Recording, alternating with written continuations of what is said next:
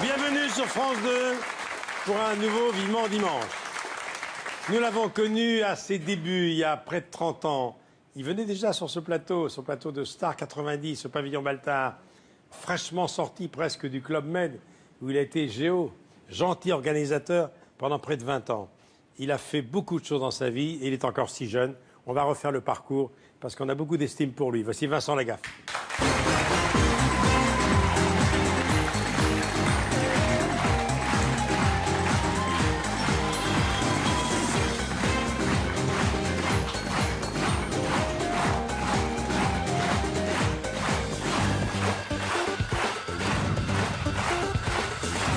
Bonsoir. Bien mon Vincent. Bonsoir.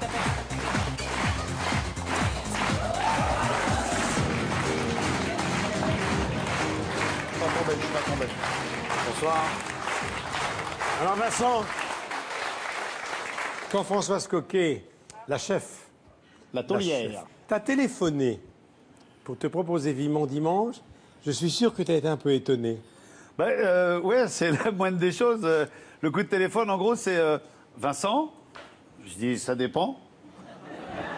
Elle me dit, c'est Françoise Coquet. J'ai dit, alors oui, c'est Vincent. Elle me dit, Vincent, t'es plus sous contrat, sous TF1 ? J'ai dit, ben non. Elle me dit, est-ce que tu veux venir nous retrouver sur le canapé à côté de Michel Drucker ? J'ai pas hésité une seconde, j'ai dit oui. Parce que revenir ici, au pavillon Gabriel, après avoir démarré le lavabo, là, à ce même endroit-là, Oui, c'est vrai. je m'étais dit, ouais, je fonce. Et vraiment, et c'est d'autant plus agréable de venir faire une émission de télévision comme la tienne, quand, comme en ce moment, je n'ai rien à vendre. Oui. Je viens juste T'es pas en par promo, pure amitié. t'es là en mais touriste. rien, j'ai que dalle à vendre. Voilà, alors on va refaire le parcours. On a découvert en visionnant avec Fred Pommier, notre réalisateur, et avec Françoise, et avec Éric Barbette, le mardi, on se réunit l'après-midi et on revoit tout. Et en revoyant tout ça, j'ai dit, mon Dieu, c'est fou ce que ce garçon a fait. Et encore, on n'avait rien vu sur ce que tu avais fait 20 ans avant au Club Med. Tu as commencé très jeune finalement. J'ai quitté le foyer familial, je devais avoir 15-16 ans. J'ai passé un BEP dieseliste, un CAP de soudeur. Ça m'a emmené sur une plage de Bulgarie au Club Méditerranée. Et de là, on m'a dit, est-ce que tu veux rester comme animateur ? J'ai dit, attends, moi je suis mécano. On m'a dit, ouais, mais le public t'aime bien. J'ai dit, oui, mais moi j'ai les mains pleines de cambouis. Alors on m'a dit, est-ce que tu veux faire un essai ?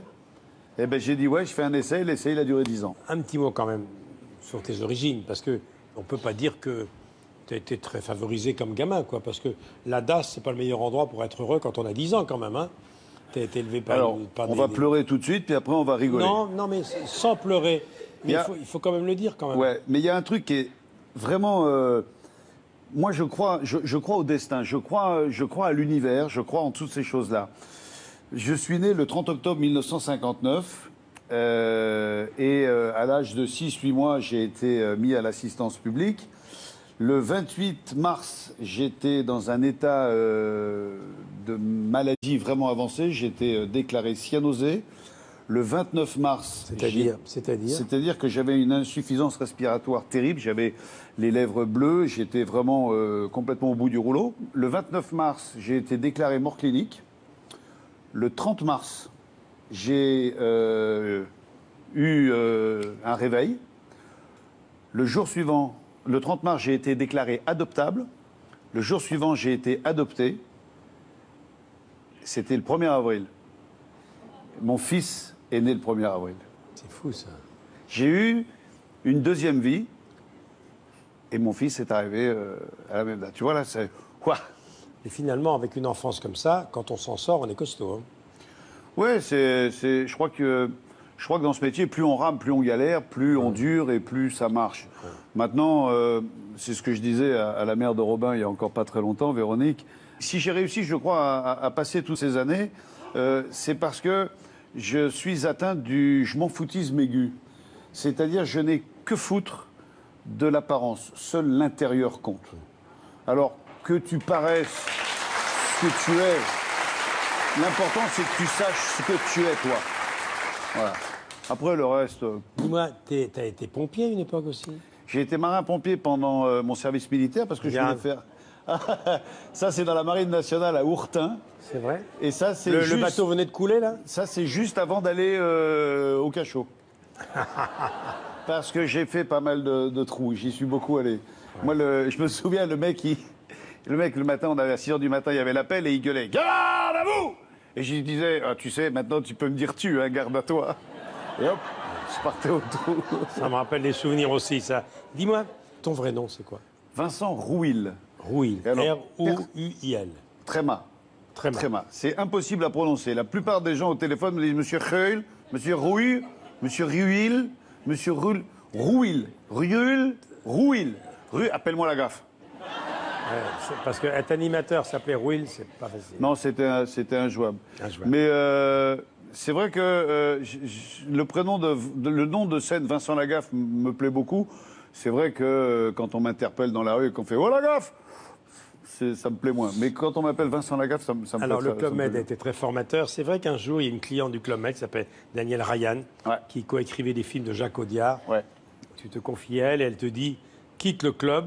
Si tu n'essayes pas, tu le regretteras. Si ça ne marche pas, tu reviendras au club. » Exactement. Elle me dit si tu ne tentes pas ta chance, tu vas le regretter toute ta vie. Ça, c'est avec nous en haut. Et dis-moi, Dubos dans Camping 3, il t'a tout piqué hein?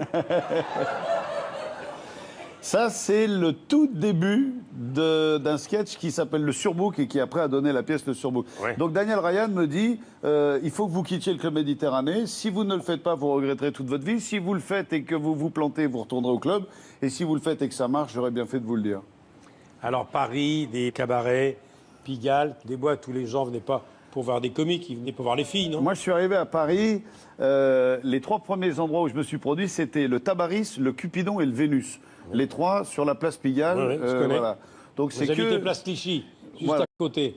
Et j'aurais pu te croiser là. Absolument. Et tu faisais quoi dans ces boîtes? Je faisais que du visuel parce que la plupart des types qui venaient dans ces boîtes-là, il était généralement 2 h du matin. Ils étaient accompagnés généralement pas de leur épouse. Et ils étaient occupés à faire autre chose que d'écouter un comique qui essayait de percer. Et ils ne buvaient pas que de l'eau. Et ils ne buvaient pas d'eau du tout. Je me souviens, les filles qui travaillaient dans ces endroits-là, elles travaillaient au bouchon. Et pour pas finir bourrées tous les soirs, elles jetaient la coupe ou le verre qu'elles buvaient. Alors pour ceux qui ne sauraient pas, c'est travailler au bouchon, c'est quoi? Travailler au bouchon, c'est être intéressé à la consommation que tu vas faire prendre aux clients. En général, c'est du champagne. C'était du champagne. Et je me souviendrai toute ma vie, quand on descendait les marches du Cupidon, la moquette était tellement imbibée de champagne que ça faisait... Non. C'était épouvantable. Une odeur là-dedans, c'était... Mais bon, voilà, c'est... À partir du moment où tu arrives à attirer l'attention d'un type qui ne te connaît pas, qui vient pas te regarder et qui a une fille dans les bras, tu te dis, il y a peut-être quelque chose à faire. Alors, qui te remarque un jour dans ces boîtes et qui t'amène à la classe sur France 3? C'est le hasard, ça? Non, je fais un premier cabaret avec un... Ah, j'ai oublié son nom, ça s'appelait La Main au Panier. Oui. Pascal. La Main au Panier, qui est un cabaret qui a lancé beaucoup d'artistes. Oui. Il va m'en vouloir. Son prénom, c'est Pascal. Et c'est vraiment un type à qui je dois beaucoup. Parce que je lui ai dit, voilà, j'ai envie de faire ce métier. Il m'a dit, écoute, il me manque un artiste, passe juste après. Et donc, mais on passait, mais vraiment, on avait 1 mètre carré. On était devant le rideau des cuisines, donc il fallait se pousser chaque fois que le mec passait. Donc tu racontais tes histoires drôles et tu faisais tu faisais tes shots. Il y a la dame qui allait aux toilettes, le type qui allait au vestiaire. Et il fallait réussir à choper l'attention du public malgré tout ça. Et si tu y arrivais, c'est que, bon, t'avais quelque chose. Et j'avais une audition d'1 demi-heure à faire, j'ai fait 1 h 20, tellement ça cartonnait. Et ensuite, dès le lendemain, il y avait chez Félix, rue Place du Théâtre, qui m'avait appelé. Le Pied de la Butte, qui est devenu Le Canotier, avec mon pote Jean-Jacques Hubert, qui m'a beaucoup aidé. Et puis un jour, encore Daniel Ryan m'a dit, il y a une audition qui va se faire pour une émission sur France 3. Et c'était La Classe, qui a été un laboratoire formidable pour beaucoup d'artistes, présenté par Fabrice, produit par Guy Lux. Et c'est Sabine Mignot, je voudrais la citer, qui était la direction des programmes du divertissement de France 3, qui nous a quittés dans les années 2000. Et qui a été à l'origine de ta participation plus tard à L'Or à l'appel et au Big Deal. Voici les premières images de la carrière à la télévision de Vincent. suis très content. Et vous n'avez absolument rien compris, et c'est bien normal, car cet homme parle actuellement un dialecte très connu qui s'appelle le dialecte du mec bourré. Alors heureusement, nous avons maintenant une méthode pour traduire ce dialecte. Alors nous allons nous livrer à une petite démonstration. Oui. Attention, c'est parti quand vous voulez. J'ai aimé. Voilà, une. Hein, voilà.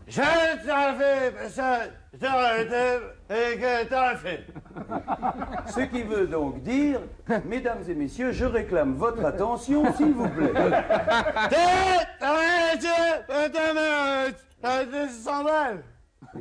Je traduis toujours. Auriez-vous l'extrême obligeance de m'avancer la somme d'un franc ou deux, ce qui me permettrait de renouveler le contenu de cette bouteille dont je suis extrêmement friand. Tire-toi. Quel dommage que vous ne puissiez pas m'avancer la somme en question. C'est grec. Toutefois, et malgré le différend qui nous oppose, je vous recommande chaudement d'entrer en contact au plus vite avec la population grecque. Il n'y a rien à foutre. De toute façon, ça n'a aucune importance. Je t'emmerde. Et vous m'êtes indifférent. Il est même probable que je ne vous adresse plus jamais la parole. Alors déjà, l'énorme présence de Jean-Marie Bigard. Jean-Marie qui commençait une carrière éblouissante et qui a tout de suite, s'est imposé tout de suite. Et puis il a Bézu avec son béret basque à côté de Fabrice et puis tous les copains de l'époque. Ouais. Alors là, la classe, ça a été vraiment le détonateur pour beaucoup. Hein. Ah, c'était un tremplin extraordinaire. C'était dans la lignée du petit théâtre de Bouvard. C'était à l'époque ce qu'a fait par la suite Laurent Ruquier avec son équipe de nouveaux talents, d'où est venu Arnaud de Samer et plein d'autres qui sont maintenant chez toi. Mais c'était beaucoup de travail parce qu'il fallait fournir quasiment un sketch par jour. C'est fou. Donc il fallait trouver des copains, des auteurs qui avaient le talent d'écrire. Il fallait soi-même les apprendre, les répéter. Et puis là-bas... Et le soir, tu étais au cabaret. Et le soir, après les enregistrements d'émissions, on était au cabaret, voire même après on partait... dans ce qu'on appelle les galas. On prenait la route et on allait faire 300-400 bancs. Oui, puis les galas, c'était lundi Dunkerque, mardi Hendaye. Absolument. Mais à cette époque-là, on n'avait pas les appareils photo qui te surveillent au bord des routes. C'est vrai. Allez, on va te revoir. L'ivresse, le ski, le bec, jeu des vacances, la zoubida et ton tube beau, le lavabo. Mesdames et messieurs, je me présente Félix Verhagen. Je suis le nouveau moniteur de F1. Monsieur Drucker, nous ayons demandé de vous préparer au sport d'hiver. Nous allons donc prendre la première leçon en intérieur. Mesdames et messieurs, sachez tout d'abord qu'avant d'avoir un bon style à ski, il est nécessaire d'avoir une bonne position. Je vais donc vous montrer la position adéquate. Vous commencez par chausser le bazar. Et si je peux me permettre un conseil, le bout recourbé, vous le mettez vers l'avant. Oui, j'en ai vu qu'on eu l'air con pendant 8 jours, moi. Hein? Attention! Mais le plus drôle, c'est quand il prenait le tire-fesse.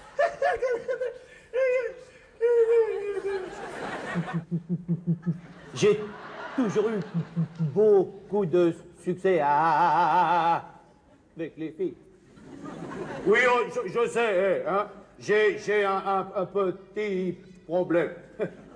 Tout le monde l'a remarqué. C'est le parachutisme. Parce que derrière moi, j'avais trouvé un forfait intéressant. C'était baptême de l'air, premier saut en parachute et plâtre séjour clinique compris. Alors, je me présente sur l'aéroport où j'étais invité. On m'a mis le parachute ventral, on m'a mis le parachute dorsal. On m'a dit quand la lumière clignote, tu sautes. Quand l'aiguille arrive sur le 5, tu tires la petite manette. Quand la lumière s'est allumée, j'ai sauté. Quand l'aiguille est arrivée sur le 5, j'ai tiré la poignée et la poignée m'est restée à la main. Alors je descendais vers le bas. Quand tout à coup j'ai vu quelqu'un arriver dans l'autre sens, il montait. Alors quand on s'est croisés, j'ai juste eu le temps de lui crier « Est-ce que vous y connaissez quelque chose en parachute ?» Et la dame m'a répondu « Pas du tout, et vous en chaudière à gaz ?» Ah, écoutez, on va arrêter cette chanson comme si c'était un vrai concert. Alors à 3, on arrête le son, les lumières, et il faut que ça parte dans un applaudissement, dans des sifflements et de tapements de pied comme si c'était un vrai concert à Bercy. Attention 1, 2, 3, hey!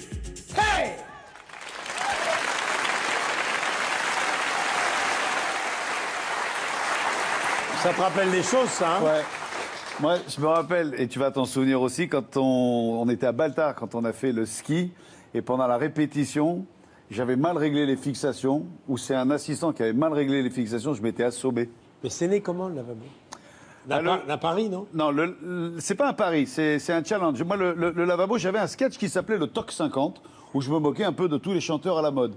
Et puis, on avait besoin d'aller faire de la promo. Et je vais voir Gérard Louvain, parce que le studio de Sacrée Soirée était juste à côté du studio de la classe.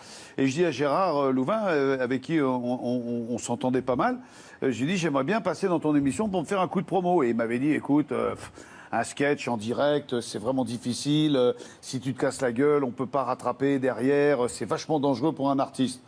Et j'ai dit, ça veut dire quoi? Qu'il faut que je vienne chanter une chanson en playback en lisant un prompteur? Il m'a dit, bah ouais. Je lui ai dit, donc, si je fais un tube, tu me prends. Il m'a dit, ben ouais. À cette époque-là, j'ai rencontré Hervé Hubert. Et c'est Hervé Hubert qui m'a dit, mais avec Toc 50, il faut faire Il est beau le lavabo. On a fait Il est beau le lavabo. Ça, c'est devenu ce que c'est devenu. Je l'ai envoyé à Gérard qui m'a dit, alors je te l'ai amené à toi. Toi, t'as dit oui. Sébastien a dit oui. Sabatier a dit oui. Et Louvain, il a dit, et moi? Et c'est comme ça que j'ai fait Sacrée Soirée. Combien de disques vendus? Oh, ça n'a pas marché. 1 million, 2 millions? Non, pas 2 millions, mais million. ouais, un petit peu plus d'1 million. 1 million, c'est fou. Le surbook. Moi, je voudrais qu'on parle du surbook, parce qu'en 95, je me souviens sur la scène de la Michaudière, tu montes sur scène pour une pièce qui s'appelle Le Surbook. Ah là là là. Le Surbook, c'est une pièce, justement, de Daniel Ryan, dont j'ai parlé, que tu avais rencontré au Club Med. Hein. C'était l'histoire d'un comptable qui part au Club Med et qui retrouve son patron. Alors ça, c'est Daniel qui l'a tourné comme ça, avec Jean-François Champion. C'était ça au départ, c'était un sketch. Au départ, c'est un sketch qu'on faisait au Club Méditerranée et qui parlait du surbooking. Parce qu'au Club Méditerranée, il y avait toujours ces problèmes de surbooking. Et donc, on avait fait un sketch pour parodier les erreurs et les faiblesses du Club Méditerranée. C'était un sketch qui durait 10 minutes, un quart d'heure. Et puis, quand je suis devenu responsable de l'animation dans les villages du Club Méditerranée, sans prévenir qui que ce soit, j'avais décidé de faire ce sketch, mais d'en faire 3 quarts d'heure. Et j'avais prévenu personne. Donc, j'en ai fait 3 quarts d'heure. Et sur les 3 quarts d'heure, je pense que je devais tenir la scène tout seul pendant une demi-heure. C'est vraiment ce qui m'a donné envie de monter sur scène. Et puis, de fil en aiguille, ce sketch est devenu un classique. Et puis, quand j'ai eu fait 3, 4 ou 5 one-man shows pendant une dizaine d'années, j'avais envie de passer à autre chose. Je voulais plus être seul sur scène. Et j'avais vu Daniel, avec qui j'étais resté fidèle. Et Daniel, je lui avais amené ce sketch et j'ai dit, écoute, essaye d'en pondre une pièce de théâtre parce que c'est un truc que je sens bien. Et Daniel et Jean-François m'ont fait le surbook. Jean-François Champion. Jean-François Champion. Et c'est une pièce qui a vachement bien marché et qui, malheureusement, est morte dans l'œuf parce que le soir de la première, on a eu les attentats dans le métro de Saint-Michel. Ah oui, je m'en souviens très bien. Le soir de la première, on a la bombe qui pète dans le métro Saint-Michel. Le lendemain, le plan Vigipirate est créé. On nous interdit les groupes de retraités, on nous interdit les groupes de jeunes, etc. Donc, c'est très, très, très compliqué de faire marcher cette pièce. Et puis, il y a eu plus tard, Pourquoi moi d'Olivier Lejeune. Ouais. Entre le Big Deal et le Juste Prix, j'ai appelé Olivier parce qu'il a vraiment une plume, il a un talent extraordinaire. Et puis, c'est un metteur en scène vraiment qui tire du génie. Il a des trucs qui sont vraiment géniaux. Et je lui ai dit, est-ce que tu veux m'écrire une pièce pour moi ? Et il m'a fait Pourquoi moi? Et la pièce a très très bien marché. Seulement, je me suis pas du tout entendu avec le producteur tourneur, ce qui fait que voilà, elle s'est arrêtée là. Et puis ensuite, je suis reparti à la télévision. Première plage musicale. Et quelle plage musicale? Il va fêter ses 40 ans de carrière. Ça, c'est mon plaisir. Bientôt. Notre ami Chico. Ouais. Le nouvel album de Chico et les Gypsies, Colors 80, sort. Il n'y a que des tubes des années 80. Une des plus grosses ventes de l'époque, c'est les Sunlight des Tropiques de Didier Barbelivien et Gilbert Montagnier. Voici la version Gypsy, pour toi.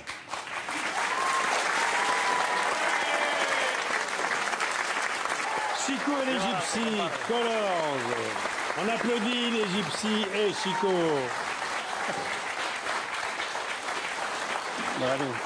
Chico. Ça me fait plaisir de le voir. 40 ans.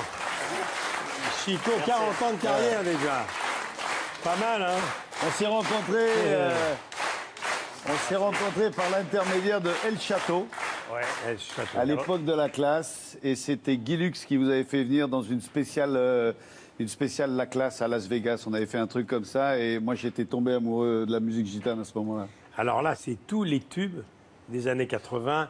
Il y a Joe le taxi, Plus près des étoiles. Il y a Couleur Café, La Bamba, etc. Il y avait l'embarras du choix, là. Il y avait l'embarras du choix, mais en même temps... C'est une décennie très riche. Hein.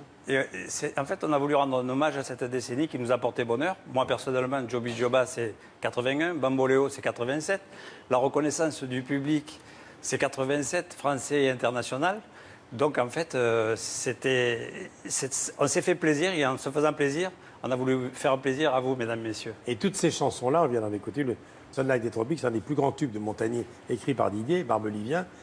Il y a toujours une adaptation gypsy possible. Oui, non, mais ce qui me fait plaisir, c'est qu'en fait, les chanteurs, donc Gilbert Montagnier a adoré cette chanson, on l'a chantée ensemble, il est venu nous accompagner une fois.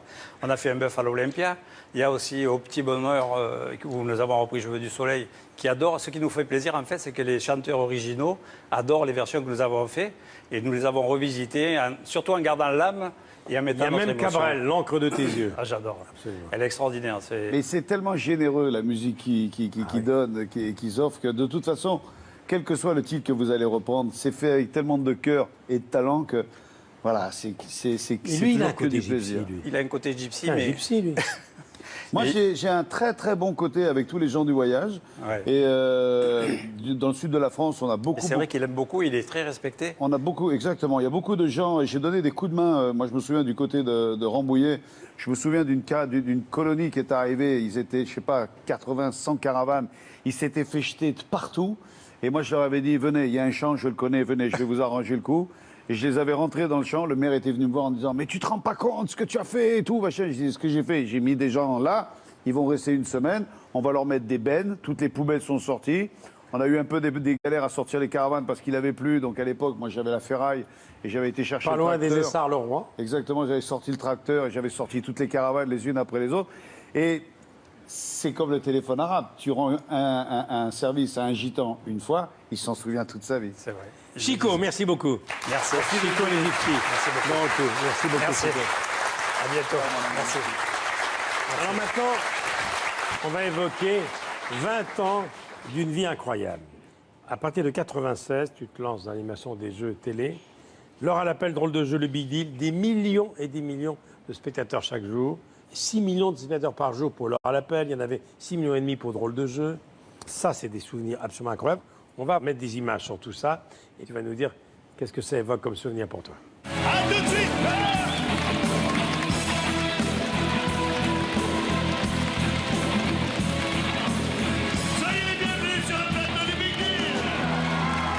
Puis-je connaître votre prénom, chère madame?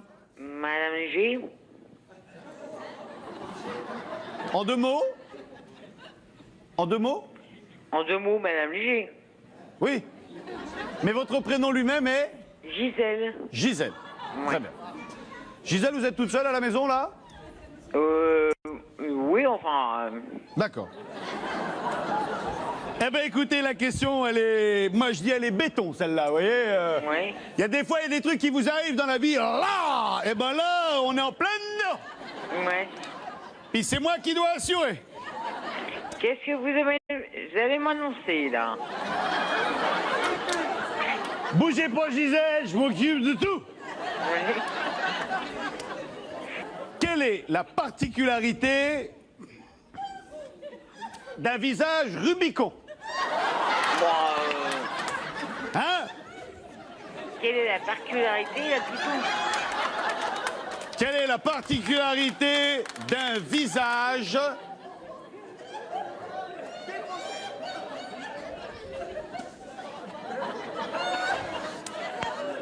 Rubicon? C'est une blague ou quoi, hein? Non, non! Ah non, non, Gisèle, Gisèle, je ne plaisante pas. Je vous... Posez votre bière, Gisèle!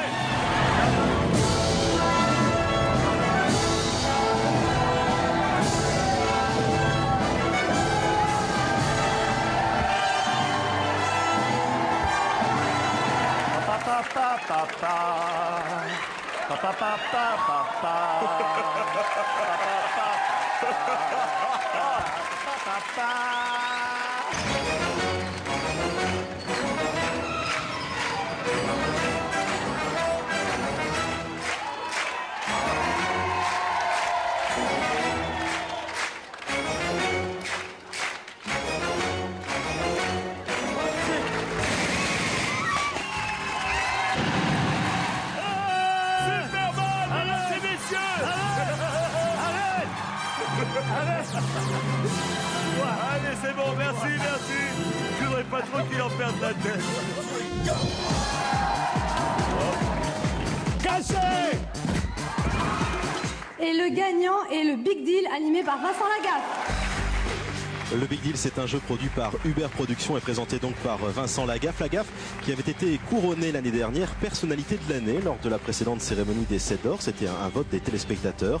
C'est donc le deuxième 7 d'or pour Vincent Lagaffe ce soir.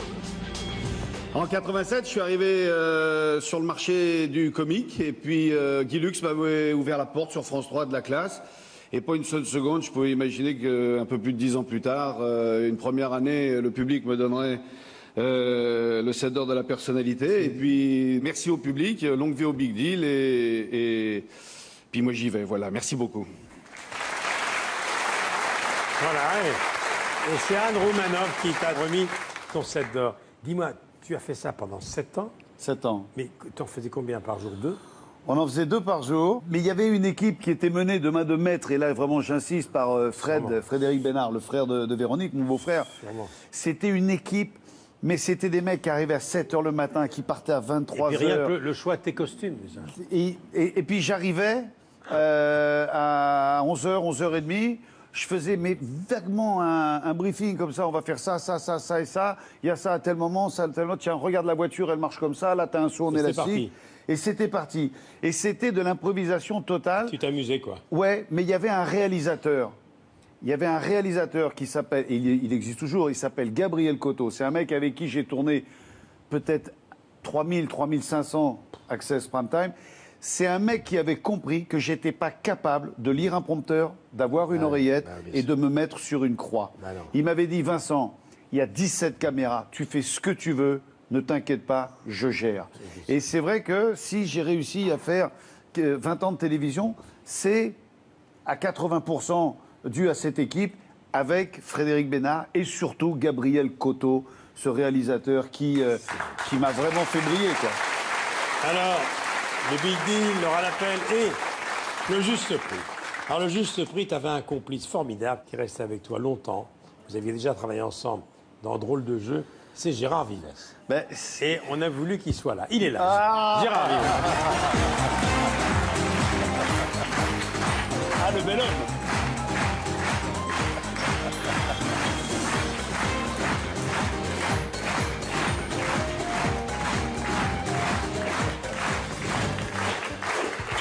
Venez Gérard, merci d'être là. On a bavardé ensemble en coulisses et je lui ai dit qu'on était émus et tu as vu comme les gens sont heureux de te voir. Vous aviez déjà collaboré à des choses avant, vous, hein? Vous étiez. C'est-à-dire que la première fois...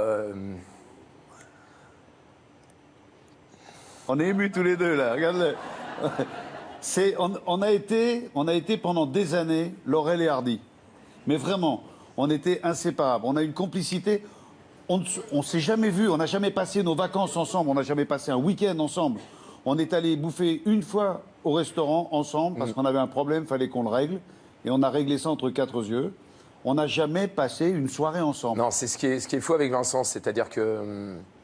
En fait, je reçois aussi un coup de fil et on me propose de faire une émission, de participer à une émission qui était le Drôle de jeu. Et c'est vrai que Vincent, comme il vient de le souligner, c'est vrai qu'on n'est pas... On n'est pas amis dans la vie. Et à chaque fois qu'on est ensemble, mais ça passait comme ça. On ne répétait pas les choses, mais ça passait avec une complicité. On savait qu'on se respectait, on savait que... Et puis il s'est passé plein de choses. Bon, puis j'ai failli le tuer, ce con-là. Qu'est-ce qui s'est passé? Un câble qui a pété? C'est-à-dire qu'on avait décidé de jouer avec une pelleteuse et donc Vincent m'a attrapé avec une pelleteuse. Oui, il adore jouer avec les pelleteuses. Voilà, il m'a monté à 5 mètres de haut, on a fait quelques tours comme ça, et puis après... Et le câble a lâché. Le câble a lâché, et puis après, Et il tombait comme une merde. Donc, le molle. Molle. Donc, le crâne ouvert. Ouais, le et puis, cervical un peu touché. Voilà, exactement. Ah, mais Puis il m'a fallu. Grosse inquiétude, hein. Il est surtout tombé scotché, c'est-à-dire qu'il est tombé et il est resté là où il était tombé. Et il n'a pas bougé. Et là, il y a un moment où tu te dis, waouh, j'ai tué mon pote. Allez. Alors, ça a été très difficile parce que le plus dur, ça a quand même été d'appeler sa femme pour lui dire, voilà... Comment dire comment te dire Votre mari est tombé sur la tête. Il ne va pas rentrer tout de suite et il ne va pas rentrer en attendre un bon petit état. peu. Ah oui, d'accord. Mais tout va bien. On Tout va bien. On va voir des Il n'a images. pas de sécurité. Alors là, là, vous êtes en freestyle, hein. Ah là, c'est... Là, Mais encore une fois, hein, je tiens à Impro souligner, total. il n'y a pas une minute de répétition. Rien, ça se passait comme ça. Vincent n'est jamais au courant de ce qui va se passer. En fait, on préparait, je préparais de mon côté, et il était là, et tout de suite, il s'adaptait. Super. Alors Gérard, vous êtes aussi le culturiste de toute la bande d'Hélène et les garçons, le Miel et les abeilles. Le meilleur plieur de serviettes d'Europe. Le collège des cœurs brisés, etc. Le prof de gym le plus célèbre de France. Et vous avez même sorti une vidéo de gym à l'époque, je m'en souviens. Ouais, tout Hein, à fait. Tout à fait. Alors on a voulu se souvenir de ça Oui. à travers un sketch des nuls. Oh, oui. Regardez. Les nuls sur Canal+, Alain Chabat, Chantal Lobby et Gérard Vives. C'était Les Nuls, l'émission. Toute première fois. Hein. Regardez. Formidable, ça. Et c'était ici en plus. Oui, c'était là. C'était là, c'était ma première télé, Oui. vraiment. Oui, oui. Les Nuls, l'émission, c'était aussi au Et Gabriel. quand je suis sorti du studio, les gens croyaient que j'étais Jean-Claude Van Damme. On commençait à parler d'un Belge un peu taillé. Et on faisait non, ne marquez pas Gérard, Jean-Claude. Très bien, et je signais En tout Jean-Claude cas, Van on Damme. était vraiment content de vous retrouver, Gérard. Un C'est petit gentil. mot, quand même. Moi, je l'ai vu dans Danse avec les stars. Oui. Et Alors, oui. fallait y aller, là. Regardez. Ah oui, elle est belle. Ça, c'est bien. On Hein avait choisi la, on a choisi la la belle- rumba, la rumba on a avec choisi une belle Sylvia. photo, là. Tout à fait. C'était compliqué, ça? Bah, pour quelqu'un qui a deux pieds gauches, c'était très compliqué pour moi. Il a fallu que je bosse vraiment très très dur. Mais c'est une super expérience aussi. Aller dans un milieu et dans une discipline qu'on ne connaît absolument pas. Et j'ai beaucoup bossé. J'ai vécu aussi de très très belles choses là-dessus. En tout cas, voilà. Je voudrais juste souligner une chose. Je voudrais vraiment dire un truc et remercier Gérard. Parce que depuis 37 ans que je fais ce métier, c'est le seul mec qui a été capable de venir voir le producteur, moi en l'occurrence, et de me dire, à un moment du juste prix, j'ai plus rien à vendre. J'ai plus rien. Voilà, j'ai plus d'inspiration. Faut que j'arrête. T'as pas un mec dans ce métier qui est capable de dire, ouais, il y a encore du pognon à gagner, il y a encore de la notoriété à prendre, Non. mais j'arrête. Et lui, il a eu l'intelligence de le faire. Bravo. Merci beaucoup, Gérard. Merci d'être venu. Merci. Ce rendez-vous de l'amitié. Merci infiniment.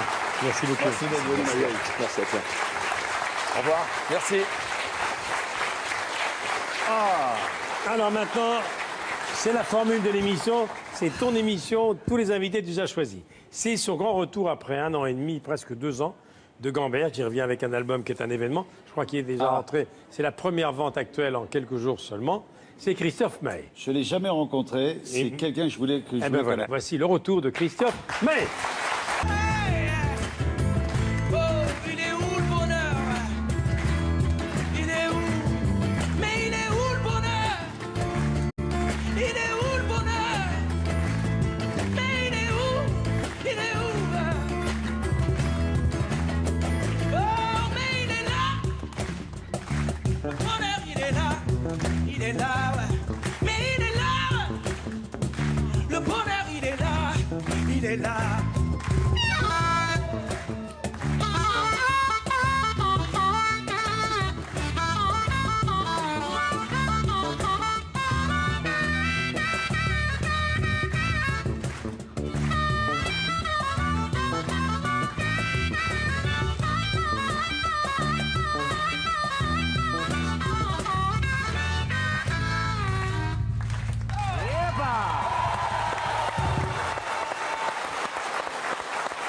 Bonjour Christophe. Christophe Maé. Merci d'être là. Merci beaucoup. Bonjour à tous. Waouh. Ton 4e album.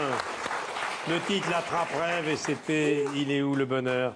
Avec des images assez troublantes que Dominique Colonna nous a passées derrière. C'est toi tout ça, hein? Effectivement, C'est les différentes ouais. époques de la vie, c'est le temps qui passe. C'est moi après 6 heures de maquillage. Et ce qui est frappant, c'est que en fait, il y a eu un truc intense qui s'est passé sur le tournage, c'est qu'il y a une ressemblance frappante avec mon grand-père. Ouais. Voilà.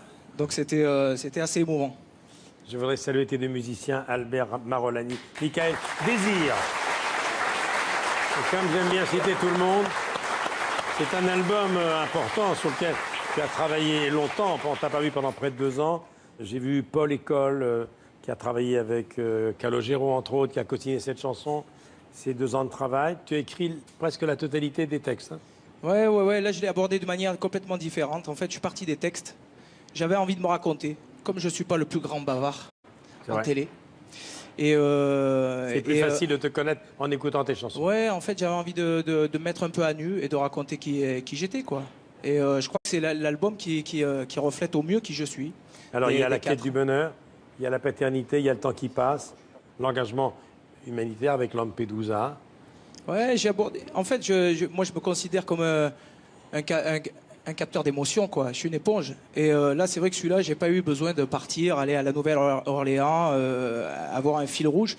Je suis resté à la maison et devant les infos et je me laisse traverser par des émotions. Et puis, j'ai essayé de les retranscrire, d'être juste dans ce que je racontais. Si je peux me permettre, mais j'ai vraiment, quand tu m'as demandé qui j'avais envie de faire venir, Christophe, je l'ai jamais rencontré. Je l'ai vu une fois sur la plage de Santa Giulia, en Corse, mais totalement par hasard, un jour où il allait enregistrer son album en public. Il avait fait une captation. Et j'ai tenu à le faire venir parce que il fait partie des mecs qui sont pas dans le showbiz, mais qui sont quand même des artistes complètement, mais au fond d'eux-mêmes. Ils ont ça. Il a ça au fond de lui. Et je l'aime d'autant plus que c'est un mec dont on ne parle jamais autre qu'artistiquement. Ouais, et moi, je trouve que réussir à passer 10 ans sans avoir à montrer son cul dans la presse, c'est quand même génial. Merci beaucoup. Alors, à chaque fois, c'est un événement, ces albums. Il est déjà en tête de toutes les ventes. Je te souhaite de rester aussi longtemps qu'il l'a été numéro 1. Mais il va peut-être me donner le secret, parce que c'est vrai que à une époque, vous avez été 11 semaines, je crois. Au numéro 1 du top. Je vais même frimer un peu. J'ai eu la chance, avec Il est beau le lavabo, de rester 53 semaines dans le top 50. Et j'ai été 17 semaines consécutives premier. Et c'est quoi le secret, alors? Devant Jackson, les Stones, Madonna, Phil Collins, Hallyday. Il paraît qu'à l'époque, Michael Jackson a très mal pris. Ah, on s'est fâché, on s'appelle plus. Non, mais je crois que... Je te souhaite la même chose. Le secret, c'est juste... Mais c'est magnifique. Mais non, mais le secret, c'est que je pense que... moi, quand je vous vois, ça me renvoie à mon adolescence. Vous étiez à la maison. Tous les soirs, on vous regardait et puis vous nous avez fait marrer. C'est gentil. Mais non, je crois qu'il n'y a pas de secret. Je crois que le seul secret qu'on puisse donner, c'est de dire reste ce que tu es. Ne change pas.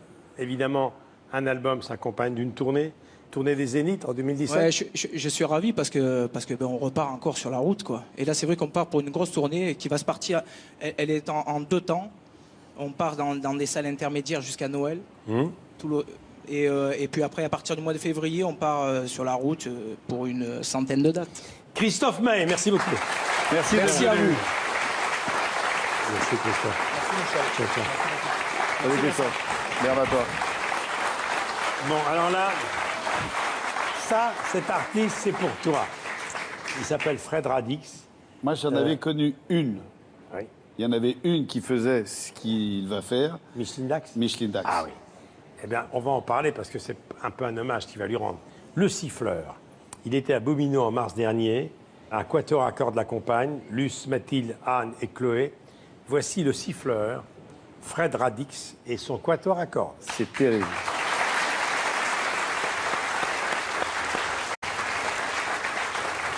Alors, cet après-midi, nous allons vous faire découvrir l'art de la musique sifflée. Mais pour commencer, vérifions vos connaissances en la matière. Par exemple, si je vous siffle...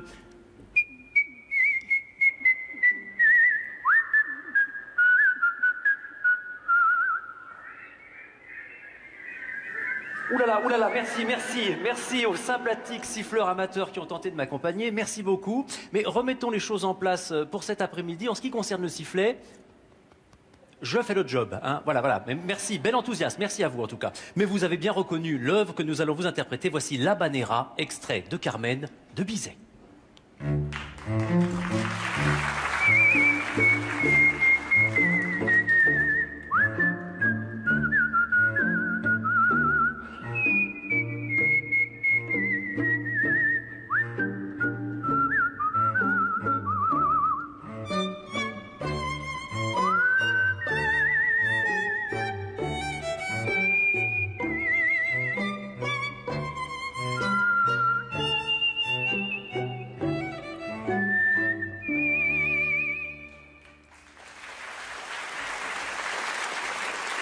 Merci beaucoup. Alors, bien sûr, vu comme ça peut paraître simple, le sifflet, alors que tout est question de technique, mais surtout de souffle. Prenons un autre exemple avec la marche turque de Wolfgang Amadeus Mozart.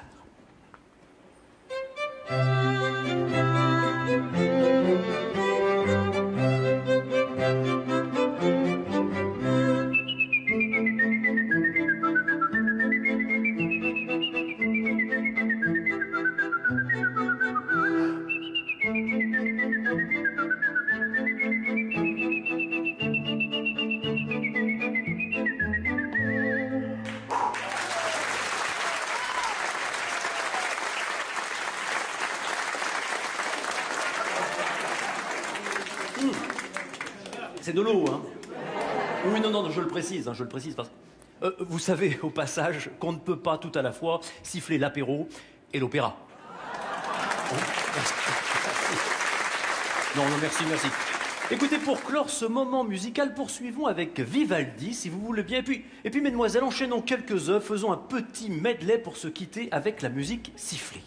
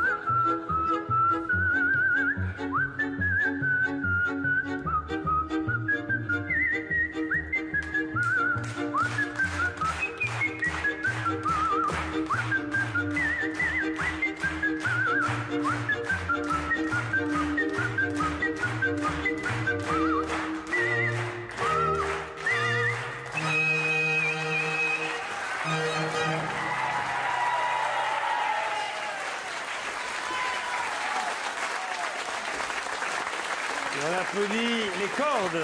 Luce, Mathilde, Anne et Chloé. Monsieur Radic, bonjour. Michel. Et épatant. Regina, Vous êtes sûr que c'est de l'eau? C'est magnifique. Ça sèche, hein. Ça doit être terrible. La musique sifflée, ça demande un travail de... Et quand j'ai entendu parler de vous, j'ai pensé à Micheline Dax parce qu'elle aurait été tellement contente de vous rencontrer. Micheline, c'est mon modèle. Oui. La seule connue, réputée pour mettre en valeur ce que j'essaye de faire avec ce spectacle, redonner des lettres de noblesse à cet instrument. C'est terrible. Alors parlez-moi de vous. Vous êtes comédien au départ? Voilà, au départ, je suis comédien et musicien. Je viens du théâtre de rue. J'ai beaucoup voyagé dans le théâtre de rue où on mélange les arts, le clown, la comédie, l'acrobatie, le jonglage. Et puis, sous les conseils d'un metteur en scène qui m'avait entendu siffloter, j'ai monté un spectacle théâtral avec un personnage de siffleur. Et puis j'ai beaucoup travaillé pour ce spectacle, tellement travaillé que je suis devenu siffleur parce que finalement c'est tout un art. Quand on sait chanter, on sait reprendre sa respiration. Quand on fait de la musique, on sait lire la musique. Mais à force de travailler le sifflet, j'ai développé des choses. Et vous faites combien de temps sur scène? 1h30. Ah, et au niveau de la musculation des lèvres, on doit avoir mal au bout d'une heure et demie. Alors on a pas mal, mais c'est les muscles du visage qui se musclent au fur et à mesure. La marche turque, je l'ai pas fait la première année. Vous passez de Mozart à Bizet, etc., tous les grands classiques. Est-ce qu'il y a également des musiques de films? Ah ben bien sûr, la musique sifflée, ça va de Mozart à Morricone. Qu'est-ce que je pourrais vous faire? Par exemple, si je vous fais... Ah oui. Vous avez bien sûr reconnu. Le grand oui, le western. western. Oui, mais lequel Oui, le bon, la brute. Alors là-bas, ils confondent avec Schubert. C'est pas le bon, la truite et le truand. C'est le bon. Bien le bon, la brute et le truand, effectivement. Mais il y en a plein d'autres. Hein. Si je vous fais... Alors attendez, celle-là, j'ai vu qu'il y avait des enfants dans l'assistance. Ils sont avantagés puisque c'est extrait d'un film de 1937. Écoutez bien. On de la rivière, ouais. Blanche-Neige et les Sept Nains. Blanche-Neige et les Sept Nains. Exactement, bravo Michel. Il a parlé des enfants. Voilà. C'est magnifique, hein. Dites-moi, d'où venez-vous? Moi, je suis originaire de Lyon. J'ai passé mes 20 premières années à Lyon. Et puis ensuite, avec mes camarades de théâtre, on a valdingué un peu dans toute la France. Et puis maintenant, je suis 1 heure en dessous de Lyon, à la limite entre la Loire et l'Ardèche. Alors, je vois que vous jouez, parce qu'il y a beaucoup d'humour dans votre spectacle. Hein. Vous parlez de Mozart, de Schubert, d'un grand classique. Et hop, et vous déviez. Évidemment, je dévie, parce que siffler, c'est quand même fatigant. Donc, raconter des bêtises entre deux morceaux, ça fait du bien, ça détend énormément. Et puis, on ne peut pas faire un spectacle de siffleur au premier degré, on est obligé de faire des blagues. Et puis, j'ai comme raconté l'histoire de la musique sifflée, tout ce qui siffle, donc de Mozart à Morricone. Vous êtes en tournée, 60 villes, j'ai vu ça. Voilà, c'est ça, une soixantaine de villes, 80 dates qui nous attendent de tourner à travers la France. Et puis, nous reviendrons sur Paris à partir de février 2017, dans un théâtre que je ne peux pas nommer, puisque le contrat n'est pas encore signé. Ben, on en parlera à ce moment-là. Je peux vous le dire après l'émission, Michel, si vous me donnez 2 tickets de cantine de Très bien, France 2. parfait. Mais moi, j'en ai... Trois, je vous en donne 3. J'en ai connu un en cabaret, un type qui sifflait, mais il sifflait que du Ricard. Oui. Tu sais siffler, toi?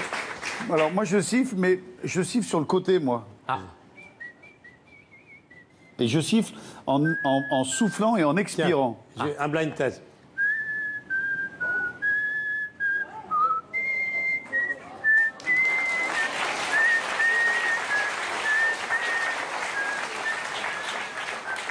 J'ai sifflé sur les Champs-Élysées pendant 10 ans. Moi. Non, mais continue à être animateur de télé. Fred Radix. Merci Michel, merci beaucoup. Merci Merci Vincent. d'être venu. Bravo. C'est magnifique, hein. Célig. Ah. Tu aimes Célig? On n'a pas eu depuis très longtemps, on la connaît à ses débuts. J'adore ce gars. Il a vraiment un univers à lui. Épisode 4, c'est son 4e spectacle. Il va nous parler des animaux domestiques. Il sera à l'Olympia le 4 février. Voici Célig. J'adore.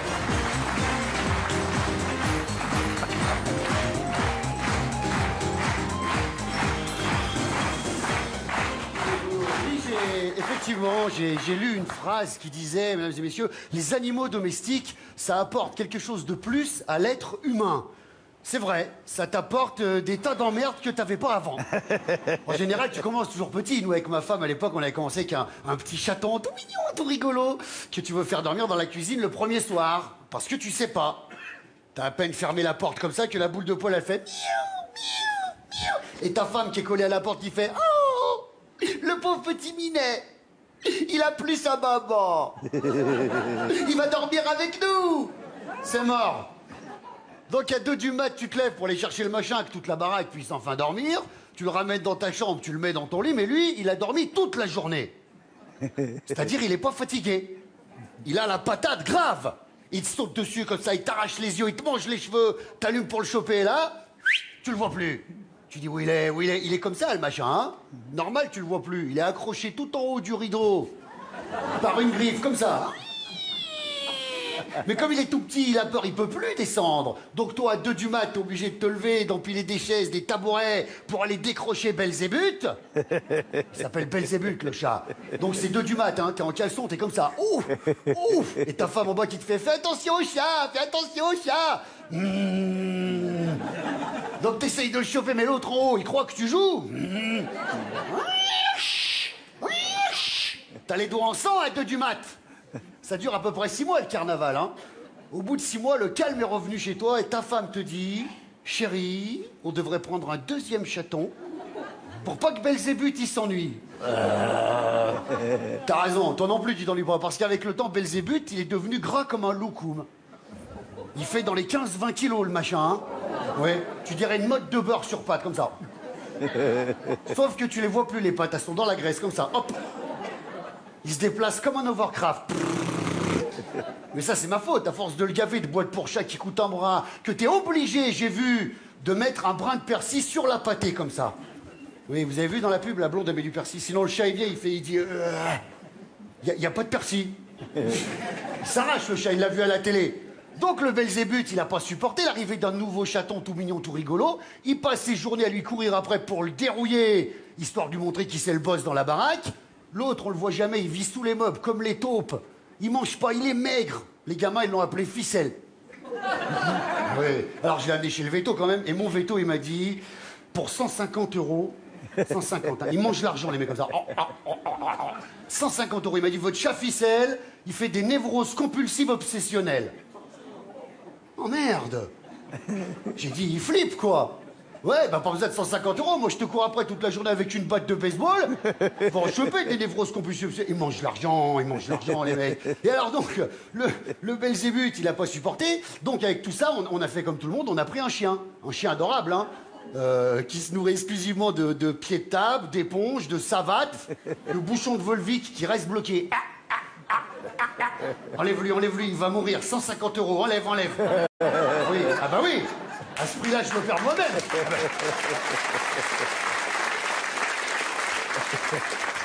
En plus, les deux, Belzébuth et Ficelle, ils supportent personne. Ils courent après le chien toute la journée, donc où le chien, il hurle du matin au soir. Les voisins, ils deviennent fous. Ils font des lettres anonymes. On est 2 familles dans la baraque. Tu sais. Voilà. En plus, pour finir, ma fille, elle a voulu un lapin nain. Alors j'ai dit au vendeur, ah oui, la totale. J'ai dit au vendeur, ça devient pas gros. Il m'a dit non, pas plus gros que mes 2 points. T'as raison, ça fait 1 an et demi, on dirait une dinde. Voilà. Ah ouais, comme ça.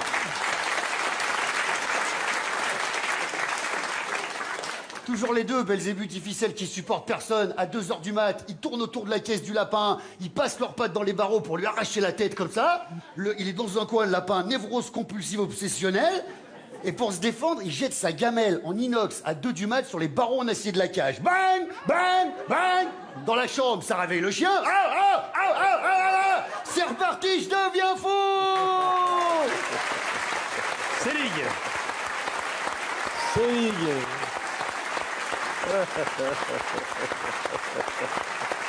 Ah, on est content de le retrouver grâce à toi, Selig. Et oui. Alors ça c'est du vécu, ça. Ah, ça, je suis sûr que ta oui. femme ou ta maman ou ta grand-mère ont dû avoir lapin, chien et chat. Ah, j'ai tout eu, moi j'ai tout eu. J'ai eu les... Parce que là, j'en ai pas parlé, mais j'ai eu les poissons rouges que ma fille a voulu, puis je me suis aperçu que c'était des carpes du Japon et que ça vivait 40 ou 50 ans. Ah. Et puis c'est gros comme ça. Elle a eu un rat également qui bizarrement, elle l'a tellement nourri qu'il avait une toute petite tête et un gros corps. On aurait dit une ampoule, on aurait pu le visser comme ça. On a tout eu, oui, ça c'est Et là, vécu. son sketch, il l'a réduit à 5 minutes, mais il a un talent fou. Il est sur scène. Il fait des sketchs de 10 minutes, un quart d'heure, 20 minutes, et plus ça marche, plus il en rajoute. C'est un bonheur, ce mec, sur scène. Et 20 ans de carrière à l'Olympia en 2017. 20 ans déjà. Oui, Mais il vieillit pas, c'est incroyable. Je suis très heureux d'ailleurs d'avoir accepté l'invitation parce que je comprends exactement ce que tu racontes tout à l'heure. On m'a pas facilité la tâche non plus et ça durcit, ça permet d'avancer et de ne jamais s'arrêter. Il fait vraiment partie des mecs qui ont un humour populaire. Et donc tout ce qui est l'intelligentsia parisienne, ça met toujours un peu de côté. Ouais, Selig. Moi j'ai vécu ça pendant très longtemps, la gaffe. Ouais, bon, la gaffe, ok. Et puis on est toujours là. Et puis moi je l'ai croisé au festival de Super de Voluy. C'était un de mes derniers spectacles et voilà, je me suis dit, tiens, putain, voilà qui tient bien la route. Encore un Lyonnais, comme le siffleur. Oui, c'est fou ce qu'on reçoit comme Lyonnais depuis quelques temps. Toi, tu as commencé dans les petits bouchons lyonnais. Oui, les petits bouchons lyonnais. Tu as fait l'école de cuisinier, non? Oui, j'ai été seconde cuisine et puis après j'ai dû faire un choix quand Anne Roumanoff est venue me chercher. Et c'est Anne qui t'a mis le pied à l'étrier. Elle m'a mis le pied à l'étrier, elle m'a mis en scène et produit à Paris, à la capitale. Elle est heureuse de te savoir chez nous aujourd'hui. Carrément, ouais. Donc Olympia, le 4 février. Voilà. Merci beaucoup. Merci. Caresse au chien et au chat. Avec grand plaisir. Merci, Michel. Merci à toi. Merci.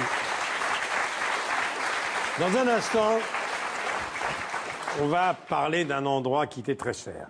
Parce que Cavalère, pour toi, c'est le centre du monde. Mais d'abord, tu aimes Johnny. Ah, c'est pas j'aime Johnny, c'est comme on l'appelle, c'est le taulier. Regarde, t'en as pas un pantalon comme ça? Non, j'ai pas un pantalon comme ça et j'en veux pas. Allez, on va te faire un petit cadeau. On t'a choisi Tennessee et l'envie. Ça te va, ça? Ouais, j'adore. Et ça, c'était lors d'un concert à la Tour Eiffel, inoubliable.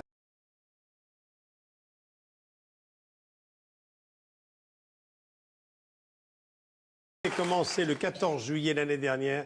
Je crois qu'il va faire cette année encore 80 et 90 zéniths. Il n'arrête pas. Chapeau l'artiste. Il n'arrête pas. Là, t'as fait plaisir à quelqu'un, là. Ouais, je voulais vraiment passer des images de Johnny. D'abord, je suis un fan inconditionnel de Johnny, mais surtout pour faire plaisir à Michel. Michel, c'est mon bras droit, c'est le mec sur qui je peux compter, c'est le mec de confiance, c'est le mec, je peux tout lui dire, je peux l'appeler à 4 h du matin, dans n'importe quel état, dans n'importe quel coin de la terre, il viendra me chercher. C'est le mec... Il est près de toi à Cavalère? Il est avec moi à Cavalère, il bosse avec moi depuis plus de 10 ans. Tu l'as rencontré où? Alors c'est marrant parce que un jour, il me téléphone, il me dit j'ai vu sur Internet que vous cherchiez un gardien. Bah écoutez, je postule pour l'emploi. Et je lui dis, vous êtes où? Il me dit, je suis devant votre portail.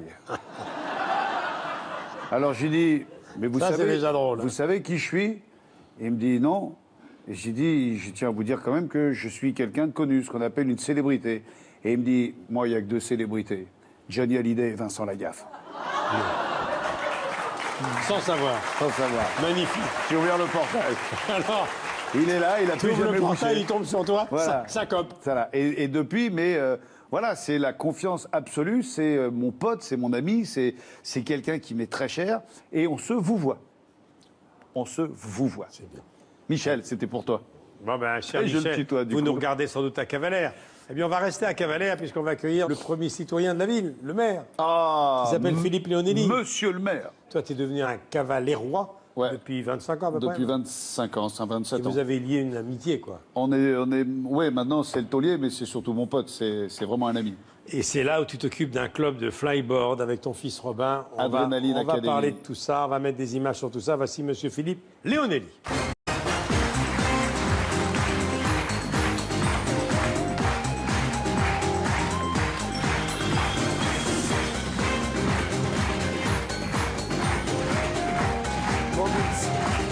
Merci d'être là.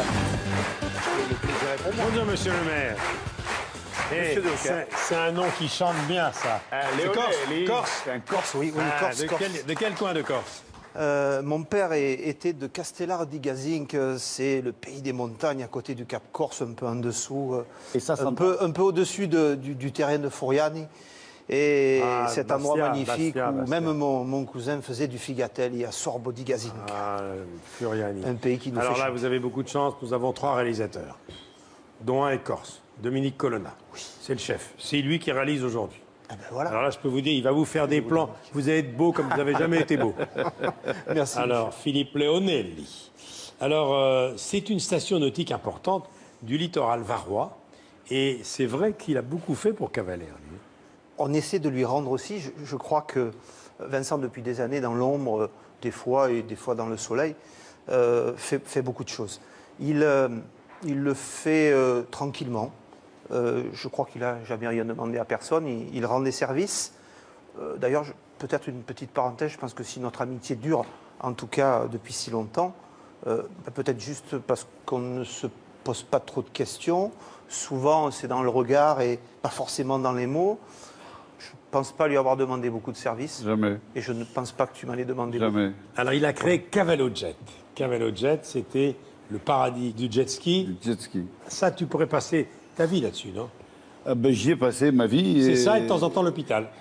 Oui, c'est une session de jet, 10 jours d'hôpital. Une session de jet, 10 jours d'hôpital. Non, mais c'est vrai que on avait avant Philippe un maire, Louis Fouché, qui lui-même avait déjà beaucoup fait pour pérenniser les sports mécaniques. Et on est un des derniers bastions à sauvegarder ces sports-là. Et c'est vrai que Philippe a vraiment contribué à remettre en route toute cette machine, qui est une très grosse machine. C'est très lourd. Et pendant des années, on a organisé avec toute l'équipe de la municipalité et le conseil régional et plein de gens à qui il faut rendre hommage, la DDTM, les affaires maritimes, tous ces gens qui travaillent dans l'ombre, sur qui on tape souvent, mais vraiment, c'est des gens qui nous rendent service. Et on a eu, et on a toujours actuellement, la première course mondiale de jet. On est la plus grosse course mondiale, on est la course qui accueille le plus grand nombre de pilotes. Alors, le jet ski, on connaît. Et alors, le flyboard, c'est assez extraordinaire. Le flyboard, c'est un jet d'eau qui pousse en dessous. Alors, c'est 100% français. Frankie Zapata. Voilà. Il est dressé sur une planche reliée à un tuyau. Et de l'eau sous pression le propulse à 15 mètres de hauteur. C'est le principe du jet, hein. Absolument. Mais puissance 100. Absolument. Et cette invention a été présentée à incroyable talent il n'y a pas tellement longtemps. Ouais. On va mettre des images sur ce qu'on vient de dire, vous allez mieux comprendre. Et ensuite, on va vous parler d'une chose hallucinante qui est le flyboard air. Ouais. On est ici à Cavalère-sur-Mer où pendant 16 ans ont eu lieu j'ai sous les pieds.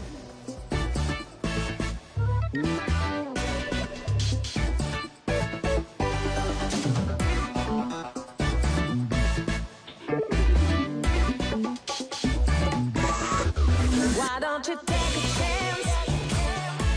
I know what you feel. Now everybody dance. We jump in the city. Oh,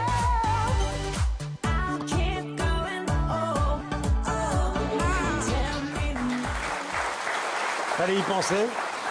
Alors, Francky Zapata, c'est un Marseillais qui a été un paquet de fois champion du monde de jet ski. C'est un mec qui, comme moi, n'a pas le BEPC et qui a, à coup de Google, de coups de téléphone, etc. Il s'est débrouillé. Il s'est débrouillé. Ça, c'est des jet skis de course qu'il a fabriqués lui-même, sur lequel il est devenu champion du monde. Ensuite, il a eu besoin d'une reconversion. Et il s'est dit, qu'est-ce que je peux faire avec la pression d'eau qui sort d'un jet ski? Je vais la canaliser et je vais me servir de la pression. Il a créé le flyboard. Et grâce à, encore une fois, Philippe, qui est un mec qui se dit, il y a quelque chose à faire, allez-y, fonçons. On a la chance d'avoir quelqu'un qui sait de quoi il parle, donc il me donne carte blanche. On a eu, l'année dernière, la possibilité de battre le record du monde du plus grand nombre de pilotes. On est même dans le Guinness des records. On a été 58 pilotes en même temps sur le même plan d'eau. C'était féerique. Alors, notre ami Zapata, il a créé le flyboard, mais il a fait plus fort. Là, il a créé le flyboard air. Ouais. Alors ça, c'est fascinant. Il s'est mis 4 petits réacteurs sous les pieds et regardez ce que ça donne. D'abord, il y a le bruit. On se croirait sur le tarmac d'un aéroport. Mais très vite, cela tourne au film de science-fiction.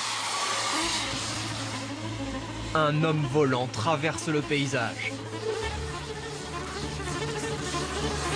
Propulsé à 15 mètres au-dessus de l'eau par une planche à réacteur à 60 km/h.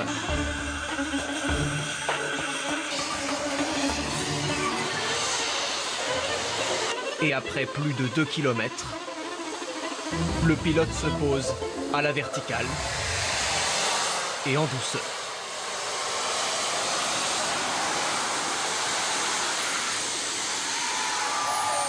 Un record mondial et une victoire pour cet inventeur passionné. C'est juste extraordinaire, y a pas de mots quoi. Honnêtement, je pourrais pas expliquer quoi, c'est je vole quoi. Désormais, cette machine pourrait bien intéresser l'armée et les secours. Et peut-être même un jour, irez-vous travailler en planche volante? Qui sait? Les embouteillages terminés. Mais là, attendez, le carburant est où? Alors bon, pour l'instant, je pense pas que ça soit commercialisable tout de suite. Il a 4 réacteurs, il faut les alimenter quand même. Il n'y a que lui qui est capable de faire ça parce qu'il faut quand même mettre le cerveau sur off. Il monte debout sur 4 réacteurs avec dans le dos 40 litres de kérosène. Ah oui, le carburant est dans le dos. C'est-à-dire qu'il a le droit de tomber une fois. Oui. C'est tout. La chute est interdite. Mais là, encore une fois, on travaille toujours dans la complicité, l'amitié. On travaille toujours avec Philippe dans la plus grande confiance. Et Francky est un copain vraiment personnel de Robin, mon fils. Et c'est Robin qui tourne toutes les images qu'on a vues. Parce que Robin a fait une école de réalisateur, il nous en parlera peut-être tout à l'heure. Mais voilà, on est vraiment tous liés par quelque chose. Je ne dors pas tranquille Allez-y, tout le temps. monsieur le maire, bien sûr. Je ne dors pas tranquille tout le temps à cause de Vincent. Mais c'est vrai que nous avions envie de faire de notre ville un endroit qui bouge, un endroit qui avance. Ah ouais, je crois que c'était ce qu'on s'était dit. C'est une ville qui décolle. Hein. Et d'ailleurs, j'avais dit le jour des élections, j'avais dit, si vous ne voulez pas que ça bouge, surtout, il ne faut pas voter pour moi. Quoi. Ouais. Voilà. Et je crois que Vincent, parce qu'il faut le dire aussi, a fait partie de notre équipe. Quand nous avons gagné les élections, pas élu, dernier sur la liste volontairement, mais peut-être qui sait, d'ici là, je ne souhaite pas de décès ou de départ, mais Vincent pourra intégrer directement l'équipe. Mais c'est vraiment une affaire de confiance, effectivement. Je précise que c'est une liste municipalité sans étiquette. Sans étiquette. Absolument. Moi, c'est pour ça que je me suis engagé derrière lui. Et quand il m'a dit, est-ce que tu veux rentrer dans la liste, j'ai dit, oui, je veux bien, mais je veux être le dernier, je ne veux pas siéger au conseil, je ne veux pas de salaire, je ne veux pas d'argent, je ne veux pas qu'un jour on puisse me dire, vous profitez de quoi que ce soit. Et tout ce que j'ai préparé et tout ce que je fais dans l'Adrénaline Academy, ça reste vraiment dans la légalité. Et on a une complicité et il me facilite les choses et je le lui rends bien, mais je le fais pour la ville et par passion. Mais il vous emmène de temps en temps à faire du flyboard avec lui? Non, je n'irai pas. Il veut pas. Sur un jet, oui, mais... Parce que j'ai quelques photos de toi qui sont quand même des petits souvenirs douloureux, non? J'ai vu tout à l'heure à la répétition des photos de toi dans le plâtre. Ça, c'était quoi, ça? Là, j'ai sauté un peu haut et malheureusement, j'ai fait une mauvaise réception. C'est-à-dire que normalement, tu sautes et tu atterris sur la machine. Là, j'ai sauté et c'est la machine qui m'a atterri dessus. Non, c'est pas grave. Merci beaucoup, monsieur le maire. Merci Philippe. Merci, monsieur Coquer. Pour Mins. Merci d'être venu. Merci. Alors maintenant, tu sais que dans cette émission, on aime bien mettre dans la lumière des gens qu'on ne connaît pas. Et aujourd'hui, on a un coup de cœur pour un garçon qu'on n'a jamais vu à la télévision. C'est un Alsacien qui a une trentaine d'années. Il a fait déjà des premières parties de Yannick Noah, de Frérot de la Vega. 1 million de vues sur YouTube. Il a fait un passage dans The Voice 5. On va l'écouter. Il va nous rejoindre. Un homme debout, Claudio Capeo.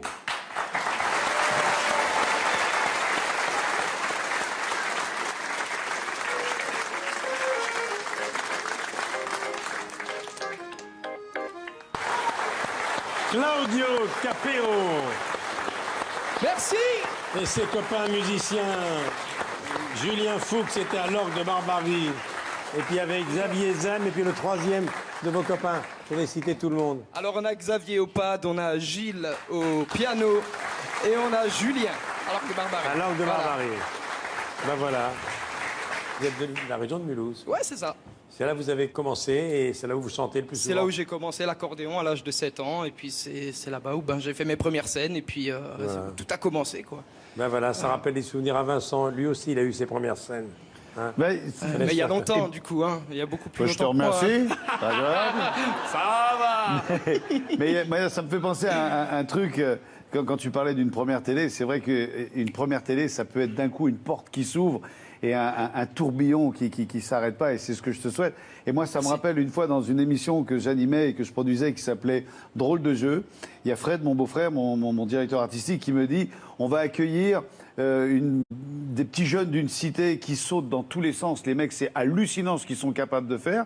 Ils sont venus, ils ont fait leurs prestations, et à la fin, je leur ai dit je suis sûr qu'un jour ou l'autre, Luc Besson va venir vous chercher. Ah bah oui. Les mecs, ils s'appelaient les Yamakasi. Ah bah oui. C'était leur première télé. Absolument. Et j'étais vachement fier d'être à l'origine de leur truc. Je te souhaite la même chose. Ah, merci beaucoup. Je sais qu'à l'accordéon, vous chantez plein de choses et vous avez chanté Delpech. C'est ça. Chez Laurette. C'est ça. Donc ce livre, il est pour vous. Voilà, Michel Ah, Delpech, super. Wow. Pascal Louvrier. C'est bien Merci. des livres qui a été écrit sur Michel au moment où il nous a quittés. C'est pour vous. Merci beaucoup. Dictionnaire Gentil. amoureux de la chanson française. Bertrand Dical, la voix de la chanson de France Info. Il y a tout ce que vous aimez parce que quand on vous voit, il y a un peu Brassens, Zaz.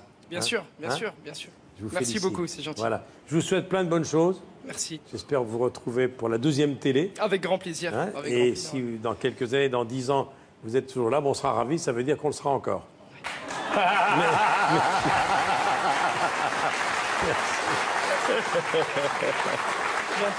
Bravo. À bientôt. Maintenant, un copain à toi, vous avez également le jet ski comme passion. Vous avez même fait des choses incroyables ensemble. Ouais. C'est Alexandre Debanne. Ah, ça c'est... Alexandre Debanne.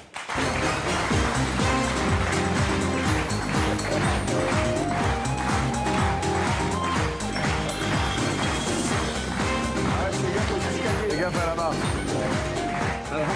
Bravo, Alors Alexandre. Salut Michel. Alexandre, de tous les animateurs de télévision, avec toi, avec Nicolas Hulot à une époque, il a la vie, il rêvait. La vie Absolument. dont il a rêvé. Il Ouais, fait c'est tout vrai. ce qu'il aime. Il aimait la moto, il en a fait. Il en a tellement fait qu'un jour, il est allé au garage, et le garage, c'était la salpêtrière pour un moment, non? Ouais, c'est parce que j'aime les arbres aussi. Alors, t'aimes les c'est-à-dire, il ne faut pas pratiquer l'amour de la moto et celui des arbres en même temps. priorité aux arbres. Alors là, Ouais, vous c'est avez ça. vraiment des passions communes. Ah bah oui, bah d'ailleurs c'est là-dessus qu'on s'est rencontrés. L'hiver, en fait, tu te souviens? Ouais, à Poissy. Voilà. Et c'est Casser un la hiver glace. très froid, hein, tu te souviens? Ouais.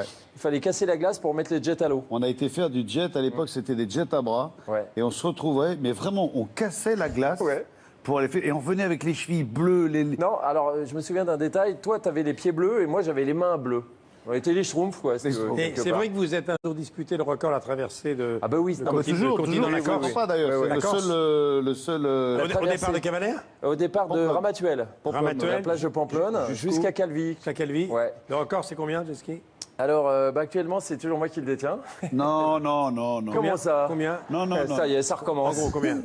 Combien? On a un peu plus de 2h15. 2h15. 2h15. 2 heures pour aller à Calvi en jet ski? Ouais. Ouais. Alors, Mais t'arrives, t'es ruiné. Et il est le seul, je dis bien, il est le seul à l'avoir fait à l'aller en jet à bras.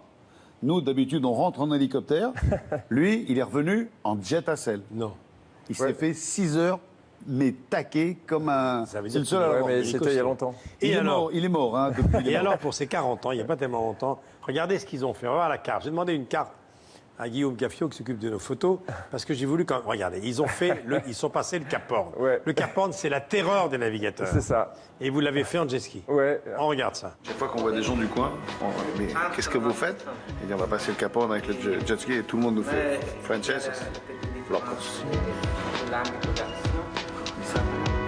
C'est vrai que le Horn c'est mythique, c'est pour ça qu'on est vraiment...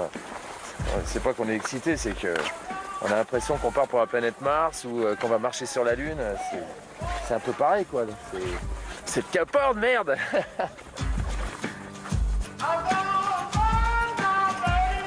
Où est ma loge?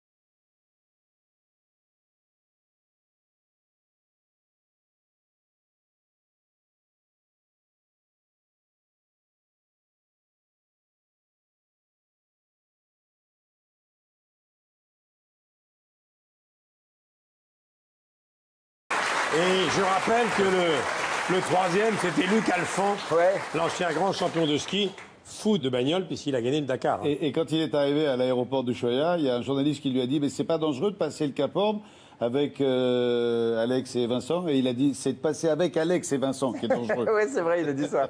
Mais tu te souviens, la première fois qu'il a fait du jet ski, puisqu'on l'a initié au jet ski, Luc, il est revenu, on dit alors, et il me dit j'ai les jambes en bois, mais le truc c'est que les bosses elles bougent tout le temps. Et on lui a dit ça s'appelle des vagues ici. Non, et mais la neige elle a fondu. Le jet ski, on en prend autant dans les cuisses que dans les bras, non? On en prend partout, on en prend dans le dos, on en prend dans les cervicales. On a quelques points de suture. Lui, je crois que tu en as plus que moi par le jet ski. J'ai un peu donné, j'ai un peu donné. Alors Alexandre, en Californie, à Palm Springs, du 12 au 20 novembre, il y a le Rennes Amazon 2016. Ouais. Et c'est pour soutenir toujours une bonne cause. Cette année, c'est Sauvons le cœur des femmes. Oui, l'association d'Isabelle Veil, puisque effectivement, c'est les maladies cardiovasculaires. C'est un Rennes exclusivement féminin, donc. Hein. Oui, que des filles. D'ailleurs, l'année dernière, j'étais venu te voir et pareil, tu en avais parlé. Ça existe depuis 15 ans déjà. C'est ça. On était à Bali l'année dernière, au Cambodge il y a 2 ans. Vous changez de pays tous les ans. C'est ça. C'est la vraie difficulté de cet événement. C'est équipe de 2 ou 3 filles, c'est ça? C'est ça. Et puis, course à pied, VTT, canoë, tir à l'arc. Et on va être dans la région de Palm Springs, qui est magnifique. C'est un désert. Il y a le parc national de Joshua Tree, qui est juste à côté, qui est très connu.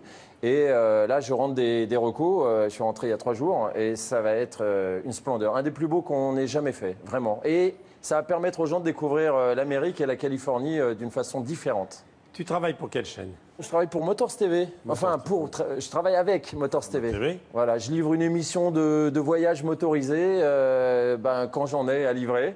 Et puis, donc, il n'y a pas un rythme particulier. Et tu travailles avec des télé étrangères également? Tes images circulent un peu partout parce que tu es un des rares à faire ça. Ouais, parfois, quand les images leur plaisent. Notamment, on a été les premiers à droner. J'invente, je néologise. Avec la drognasse, avec Jean-Claude Vendrone, notre pilote de drone habituel, on a été les premiers à filmer en drone les temples d'Angkor. Donc ça, ces images sont passées partout dans le monde. Ce mec, il a la chance de bosser pour qui il veut, quand il veut et où il veut.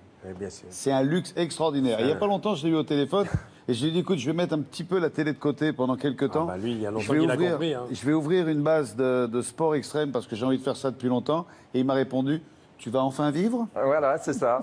Enfin. En tout cas, je peux te dire, tu as la vie dont tu rêvais, mais moi, quelque part, j'ai des regrets parce que j'adorais te voir à la télé comme animateur. On applaudit Alexandre Debatz. C'est gentil. Merci de m'avoir accueilli, Michel. C'est un bonheur à chaque fois. Merci d'être Bon, venu. Vincent, on se voit la semaine prochaine.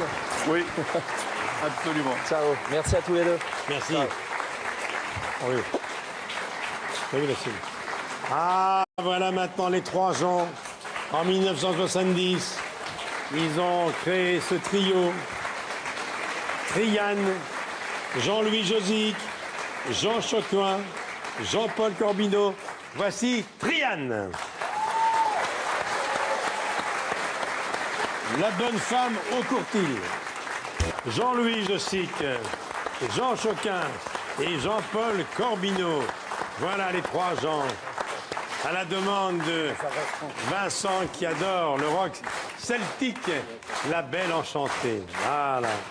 On a entendu La bonne femme au courtil. Alors ce sont évidemment une douzaine de chansons sur le thème des grandes légendes de la Bretagne que vous aimez tant.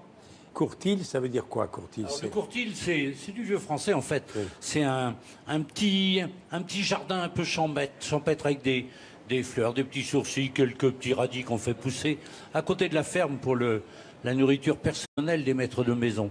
Et en Bretagne, ça reste en Pays Gallo, on appelle ça un courtis. Il y a un petit village à côté du Mont-Saint-Michel qui s'appelle Courtil d'ailleurs. Il y a des gens là-bas tout près du Mont-Saint-Michel qui sont là. C'est pas un petit village, c'est une grande ville. Excusez-moi. Voilà. Il y en a 50 qui savent qui est Courtil. Voilà. Dites-moi, c'est 40 ans de carrière, vous, non? 45 ans et oui. 45 ans. Eh oui, c'est dur. Hein. Les 3 gens. Comment c'est pas des métiers faciles. Bah, c'est formidable d'être là encore, vous imaginez. Comment les 3 gens, les Trianes, ont décidé de se réunir? On se trouvait un peu par hasard au départ, on était amateurs, je chantais avec Jean-Paul, Jean-Paul m'a fait rencontrer Jean-Louis, à l'époque j'étais à l'armée, et puis Jean-Louis fêtait son persan, vous savez, le truc à 100 jours de la quille, et on s'est retrouvés, on a fait une petite fête, on a commencé à jouer un peu de musique, et voilà, c'est parti comme ça. À l'époque, on chantait des chansons, Hugo Frey, Grimald Wright, etc. Et Jean-Louis, lui, était tombé dans le folk breton, celle beaucoup plus... Il y a beaucoup plus longtemps que nous. La même silhouette, il rentre dans son kilt facilement. Et en fait, c'est lui qui nous a dit, il n'y a pas que le folk américain, il y a aussi de la musique chez nous. Moi, ça me fait plaisir de les voir parce que mon père m'avait emmené voir un spectacle celtique. À l'époque, c'était du côté de la forêt de Brocéliande. Et moi, j'avais été en admiration parce que vous aviez repris une chanson de Grimald Wright qui était Petite Boîte. Ah oui, très belle chanson, Petite Boîte. Oui, très étroite. Voilà. Et j'étais tombé amoureux de Grimald Wright. Tu vois, je le donne souvent comme exemple de la seule chanson qui a été adaptée en français qui à la fois sonne superbement bien, comme l'original Little Boxes on the Hillside. Exactement. Little Boxes, et qui colle parfaitement aux paroles. Voilà. C'est-à-dire que Grimald Wright n'a pas trahi Pete Seeger, qui est l'auteur de la chanson, à la fois dans le texte et dans les sons. C'est magnifique. Et depuis, enfin, je ne veux pas dire depuis ce temps-là, mais c'est vrai que dans mon garage, quand je bosse, j'ai la radio Internet et je n'écoute que du celtique aux grandes dames de mon fils. Ah, c'est toi. Mais moi, je suis un fou du celtique. Il n'est pas le seul. Hein. En tournée, et vous êtes à l'Alhambra à Paris les 4 et 5 octobre. Tu notes? Absolument. Je peux t'obtenir des places, si tu veux. On ira ensemble. La Zoubida en première partie? Oui. Ouais, on en reparlera. Et la version celtique de Beau le lavabo. Oui, ça peut faire mal. On les applaudit. Merci beaucoup. Merci. Merci beaucoup. Merci, mon grand. Merci beaucoup. Alors là, merci beaucoup. Vraiment très, très chaleureux. Ça m'a fait vraiment plaisir. Maintenant, quelqu'un qui est un fou de sport mécanique.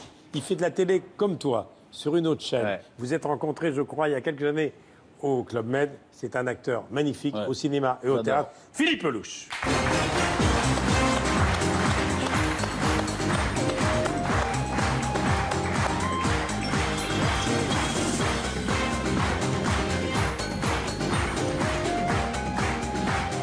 Ça va, Vincent?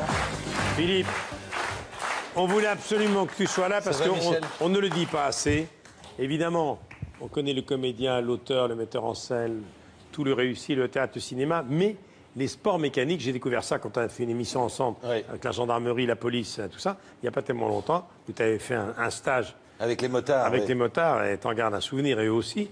Mais je ne savais pas que tu étais à ce point fondu de sport mécanique, au point d'avoir un jour ton émission. Oui, oui, oui. Enfin, mon émission. C'est une émission anglaise qu'ils ont apportée, dont ils m'ont confié l'animation principale. Top avec les deux Gear. autres. Ouais, Top Gear. Ça, c'est sur RMC. Ouais. Et je tanne le producteur pour qu'il prenne un 4e Lascar.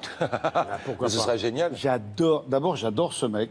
C'est réciproque. Franchement, j'adore Gilles Lelouch. La première chose que j'ai vue chez lui, c'est Mais sa Philippe, femme. tu préfères quand même, parce que Gilles, c'est mon frère. Philippe Lelouch. Philippe. Et d'habitude, c'est moi qui me plante. C'est vrai, c'est vrai. Mais c'est vrai que j'adore ce mec parce qu'il est d'une simplicité, il est d'une gentillesse, d'une générosité. J'aime beaucoup sa femme. Oui. Et surtout, je voulais vraiment lui dire que si un jour il a un accident qui l'empêche de tourner son émission, qu'il regarde derrière, je serai certainement pas loin. Non, mais d'abord, retour en arrière. Ouais. Le Club Med. Ah ouais, bah ça c'est incroyable. Mais ça c'est un très grand souvenir pour moi parce Mais que. c'était quand ça? Ouf. Oh, il y a Ouah, il y a 30 ans. Ouais, Ah 30 oui ans. T'étais là en vacances? J'étais là en vacances, je suis resté. À l'époque, au Club Med, il y avait un système de. On pouvait rester au pair. C'est-à-dire qu'on était logé, nourri, blanchi par le club. En échange de quoi, on faisait un peu d'animation, on faisait un peu de trucs. Donc pour un môme de 17, 18 ans, c'est juste génial parce qu'on est en c'était vacances. où au Club Med? À Smir, au Maroc. Smir, au Maroc. Et l'animateur principal, c'était impossible de passer au travers. C'était Vincent. C'était Vincent. Il était déjà impressionnant. Non, il était fou. Non, mais fou. C'est-à-dire que je me souviens de ce truc-là, je l'ai vu, hein. Il montait sur un cocotier, comme ça. Le car des GM arrivait, parce qu'il fallait un transfert de l'aéroport jusqu'au club. Quand le car arrivait, il sautait du cocotier. Donc tous les gens dans le bus faisaient comme ça, en disant qu'est-ce qui se passe? Il y avait une tête qui apparaissait. Belmondo dans Peur sur la Lui. ville. Non, mais il était vraiment ça. Vraiment. Il sautait de l'hôtel dans la piscine, etc. C'était impossible de. En fait, j'ai toujours ce truc-là en mémoire. C'était impossible de penser que ce type-là n'aurait pas un destin extraordinaire. Oui. Non, mais vraiment. Forcément. C'est-à-dire que je regardais ça avec mes yeux de môme, ne sachant pas qu'un jour j'allais faire ce métier, et de me dire c'est pas possible que tout le monde parlait de la gaffe. Je parle pas de son succès avec les filles qui était énorme. Énorme. Mais tout le monde parlait de ce. Et donc je le voyais, puis je le regardais comme un animateur qu'il était vedette. Il était physiquement costaud. Hein. Physiquement costaud, extrêmement doué en animation. Et 2 ou 3 ans plus tard, comme quoi il me poursuit, Vincent, dans ma vie. 2 ou 3 ans plus tard, je vais au ski avec des copains à Isola 2000. Et on me dit, il faut absolument que tu vois un mec, c'est l'animateur de la station qui s'appelle Vincent Lagaffe. Et dans la station de ski, tout le monde parlait de lui. Voilà. Donc voilà, la première fois que je l'ai vu à la télé, je me suis dit, bah, j'en étais sûr. C'est fou. Et j'ai pris un grand plaisir à être invité à l'émission Top Gear. Ouais, ça nous a fait plaisir de te recevoir. Et on a passé un bon moment. Ouais. Et maintenant, je dois avouer quelque chose. Je n'ai pas fait le défi où on devait conduire, ok, parce que j'ai prétexté une tendinite, alors que je venais de me faire retirer mon permis de conduire. Ben voilà, c'est bien que tu sois là parce que Mais il voulait en plus, absolument. c'est formidable de le recevoir dans le cadre de Top Gear, parce qu'évidemment, on a affaire à un type qui connaît parfaitement bien la voiture, qui a un vrai fondu de sport en tout genre, y compris de sport mécanique, donc c'est un bonheur de recevoir. Et tu n'es pas encore allé à Cavalère sur ce Non, mais alors, j'adore cette région-là, je passe quasiment. Tu as vu tous les mes images étés tout à l'heure, ce qu'on a fait? Viens faire un coup de flyboard, ça va te plaire. Ouais, ouais. Vraiment, mais ça moi, va j'ai te vu plaire. les talents de ton fils il n'y a pas très longtemps, parce que c'est marrant, il est associé avec le fils de Robles. On va en sur parler RFM. tout à l'heure. Ils font des images et ils m'ont montré tout ça. Ouais. Philippe, je te remercie beaucoup. Tu sais que la semaine prochaine, tu reviens. Oui. Tu reviens avec Dubosc. Avec Dubosc pour camping. Car tu as la fiche de Camping 3. Oui. Quel est ton rôle dans Camping 3? J'ai racheté le camping. Ah, t'as racheté le Camping 3. Oui, alors, mais je vais tout transformer, parce que j'ai des méthodes américaines, forcément, parce que j'ai travaillé au Buffalo Grill de Pau. Donc je connais bien les États-Unis. Donc on se voit la semaine prochaine. Mais avec grand plaisir. Merci, on applaudit.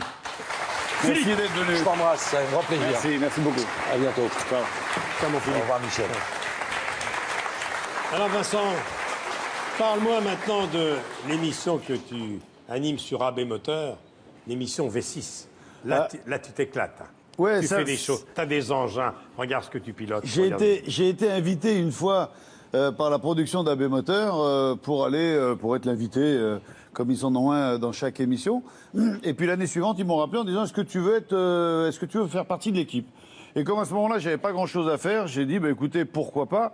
Mais enfin, si c'est pour essayer des voitures que tout le monde conduit, ça m'amuse pas beaucoup.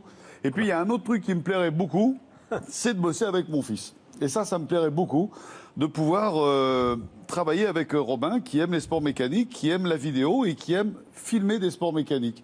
Donc j'ai dit, donnez-moi une liste des bécanes avec lesquelles on peut jouer.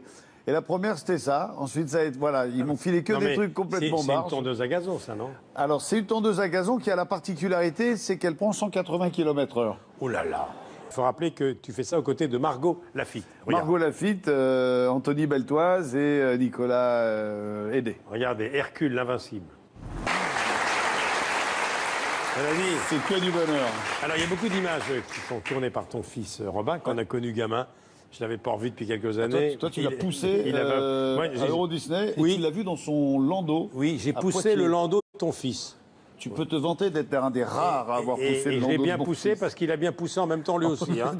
Le voici avec sa maman qui s'occupe beaucoup de toi depuis toujours. Exactement. Voici Véronique et Robin.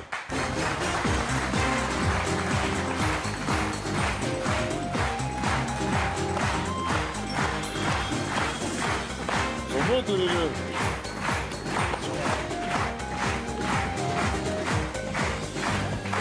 Voilà Véronique Rouil et son fils Robin.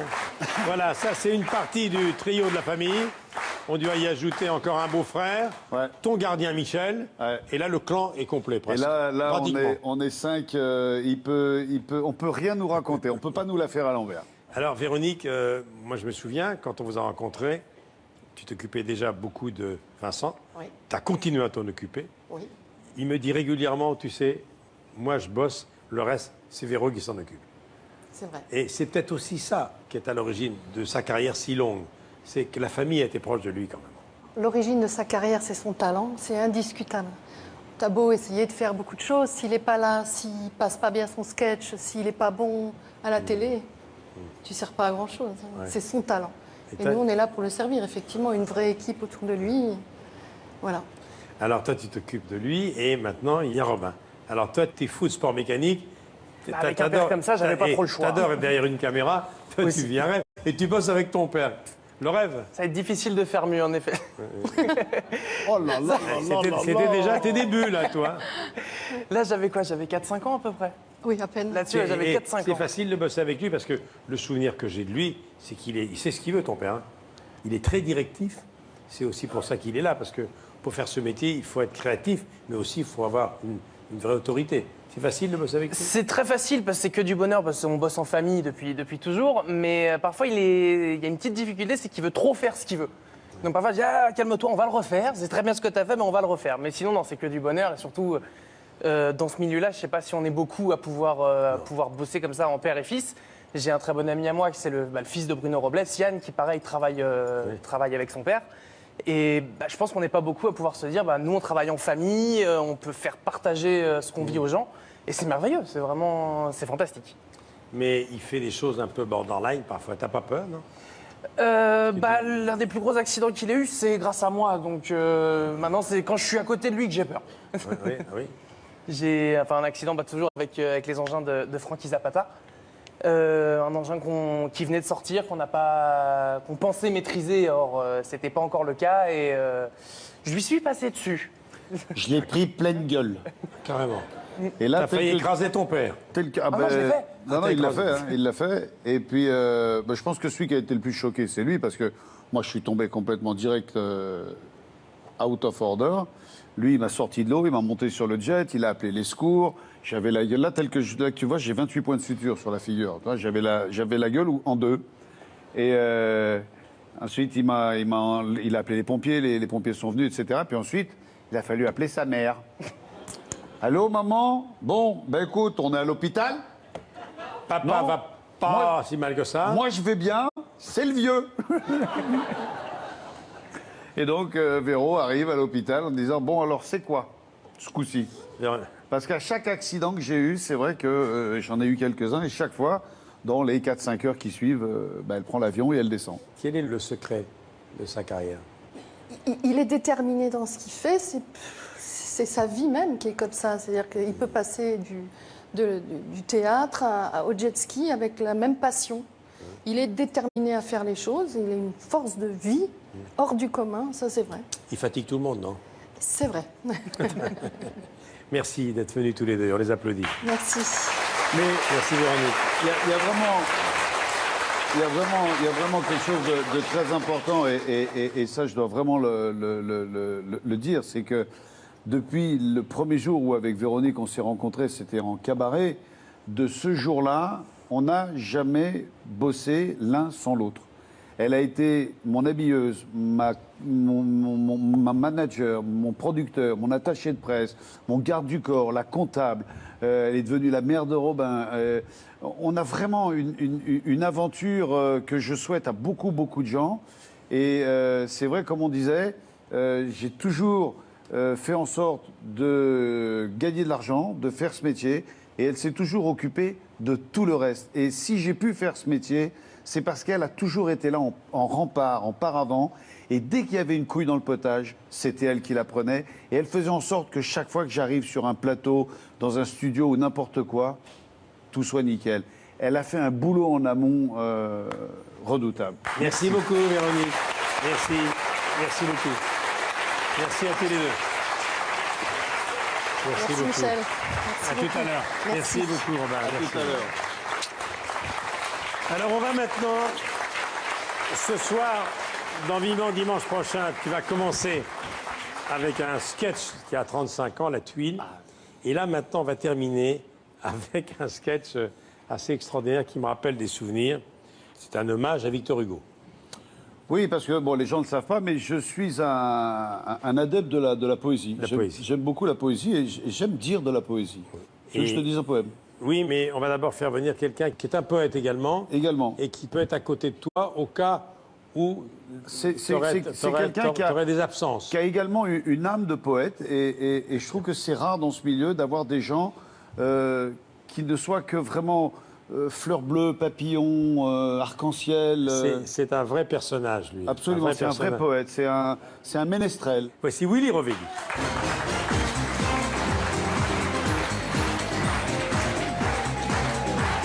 Un poète. Je profite. Allô, Willy, il est venu Michel. par amitié. Voilà, il est venu par amitié. Il vient de terminer une grande tournée. Il y en aura d'autres parce que J'adore de traverser tout ça, on parce se la que pète et tout, là, c'est fou. Hein. le meilleur est à venir. Je l'ai rencontré à Cavalère-sur-Mer, Ouais. il passait là-bas et j'ai dit il faut que j'aille le voir parce que depuis le temps que j'entends parler de ce mec, que je le vois En dans bien Fort Boyard.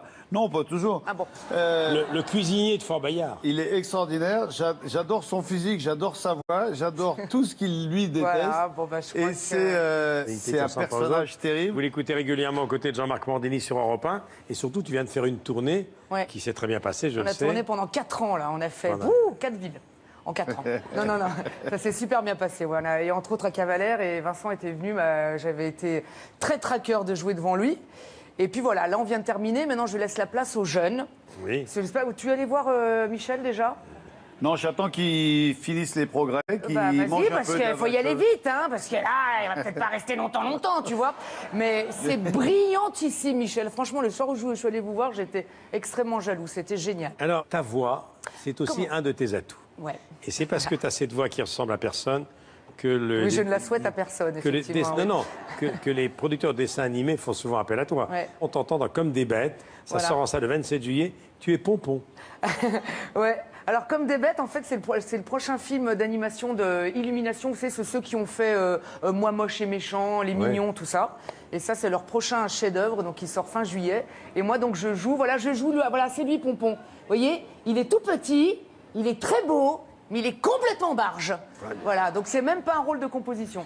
Et c'est un truc vraiment génial. Il y a Philippe Lachaud, celui qui a fait Babysitting, qui a un rôle. Il y a également François Damiens, le belge complètement taré, Oui. et Florence Foresti. Voilà.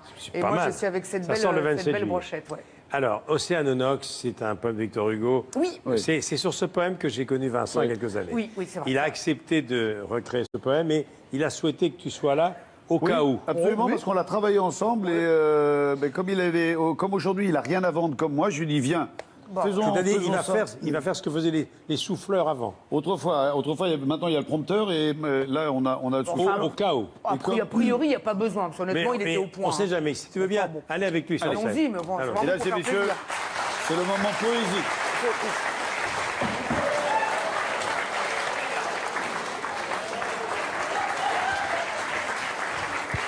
Bon. Je me mets là, mais enfin bon. Tu fais discret. Oui. Tu fais tranquille, comme si c'est pas gagné. Vas-y. Oui, je te remercie. Enfin, moi, je suis là, mais je pense que je sers à rien. Enfin, vas-y. Comment te dire ta gueule. Voilà. Mesdames et messieurs, voici un poème de Victor Hugo qui s'appelle Océanonos. Enfin, Océanonox, mais pendant la répétition, le chien, il a compris Océanonos, il a bouffé le poème. Alors on est emmerdé, on a changé le titre et on l'a appelé le poème breton. Voilà. Comme en plus on avait les trois gens, ça le faisait très bien dans la transition. Allez, vas-y. Voici venir un drame dans la trompette. Dans la tempête. Dans la tempête. Les marrons sont glacés. Non, les marins. Les marins sont glacés et la mer est revêche. Les voiles sont trempées car les voiles sont trempées. Oui, ben les voiles elles sont trempées, c'est la tempête. Alors il y a de la flotte, ça mouille, les voiles elles sont trempées. Les voiles elles sont trempées, les voiles. Oui, non, tu dois dire, elles sont toutes mouillées, les voiles. Hein. Ah, elles sont toutes mouillées, les voiles. Voilà. Elles sont trempées, les voiles, elles sont toutes mouillées. Et les cales sont sèches. Et les caleçons sèches. Non, pas les cales sont sèches. Et les cales sont sèches.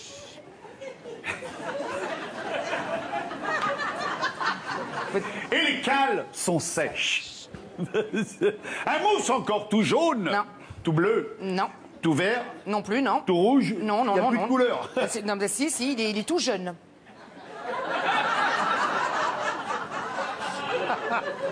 Un mousse encore tout jeune. Et les mi-au-ma, les ma-au-mé, les mi-amis, les mamami, Les mains au mât. Les mains au mât grignotaient un navet. Égrené. T'as déjà égrené un navet, toi? Non, mais un Ave Maria, oui. Égrené un Ave Maria. Égrenait un Ave Maria d'une troublante voix. Accroupi sur le pot. Non, agrippé sur le pont. Agrippé sur le pont. Un vieux mou de l'air. Un loup de mer. De mer. Fait comme le gamin et dit une prière. Et patati, et patata, la meilleure eau, c'est la badoie. Et patati, et patata, Et tout à coup... Et tout à coup, un coup de tonnerre et la poudre. Fou. Quoi fou? Pas pou, mais fou. Quoi papou mais fou? Pas poudre, mais foudre. Et la foudre, incapable, implacable, balaya l'artichaut. L'artimon. C'en est fait du navire qui tangue et qui chavire. Il n'est plus qu'une carcasse, que les flots écumois. Ouais, c'est le poème breton, c'est pas le poème normand. Je vois pas c'est pas drôle. Que les flots écumeux. Que les flots écumeux, ballottes et fricasses. Non, pas fri, mais fra. Non, pas fri, mais fra. Non, pas fricasse, mais fracasse. Ballottes et fracasses. Ah! Que sont-ils devenus tous ces gars que l'on met dans la farine? Qu'on fait dans la marine. Qu'on fait dans la marine. Nul ne l'a jamais su. Nul ne le saura jamais. Ah, voilà, c'est fini. Voilà, c'est fini. Non, il n'y a plus rien. Non, il n'y a plus rien. Non, il n'y a plus rien sur le papier. Non, il n'y a plus rien. Voilà. C'est le poème est fini. Ta gueule, revenez, Michel. C'est n'importe quoi. Il est complètement fou. C'est... Je sais pas pourquoi je l'ai fait. Ça n'a aucun sens. Willy Rovelli. Et Vincent. C'est pas bien. C'était pas bien. Non. Pas bien. Pas terrible, hein. C'était comme ça il y a 35 ans. Exactement. Tu n'as pas progressé. Merci, Willy. Merci beaucoup. Merci, Willy Rovelli. C'était très mauvais. Et Vincent. On me dit à l'instant que Victor Hugo vient de se retourner dans sa tombe. Ben, ça l'a remis à l'endroit. On va se retrouver tout à l'heure. Et la semaine prochaine. Eh ben, je reviens la semaine prochaine. Il y aura Franck Dubos. Cool. Franck Dubos pour Camping 3. D'accord. À tout à l'heure ou à dimanche. Willy et Vincent. Oui. À tout à l'heure.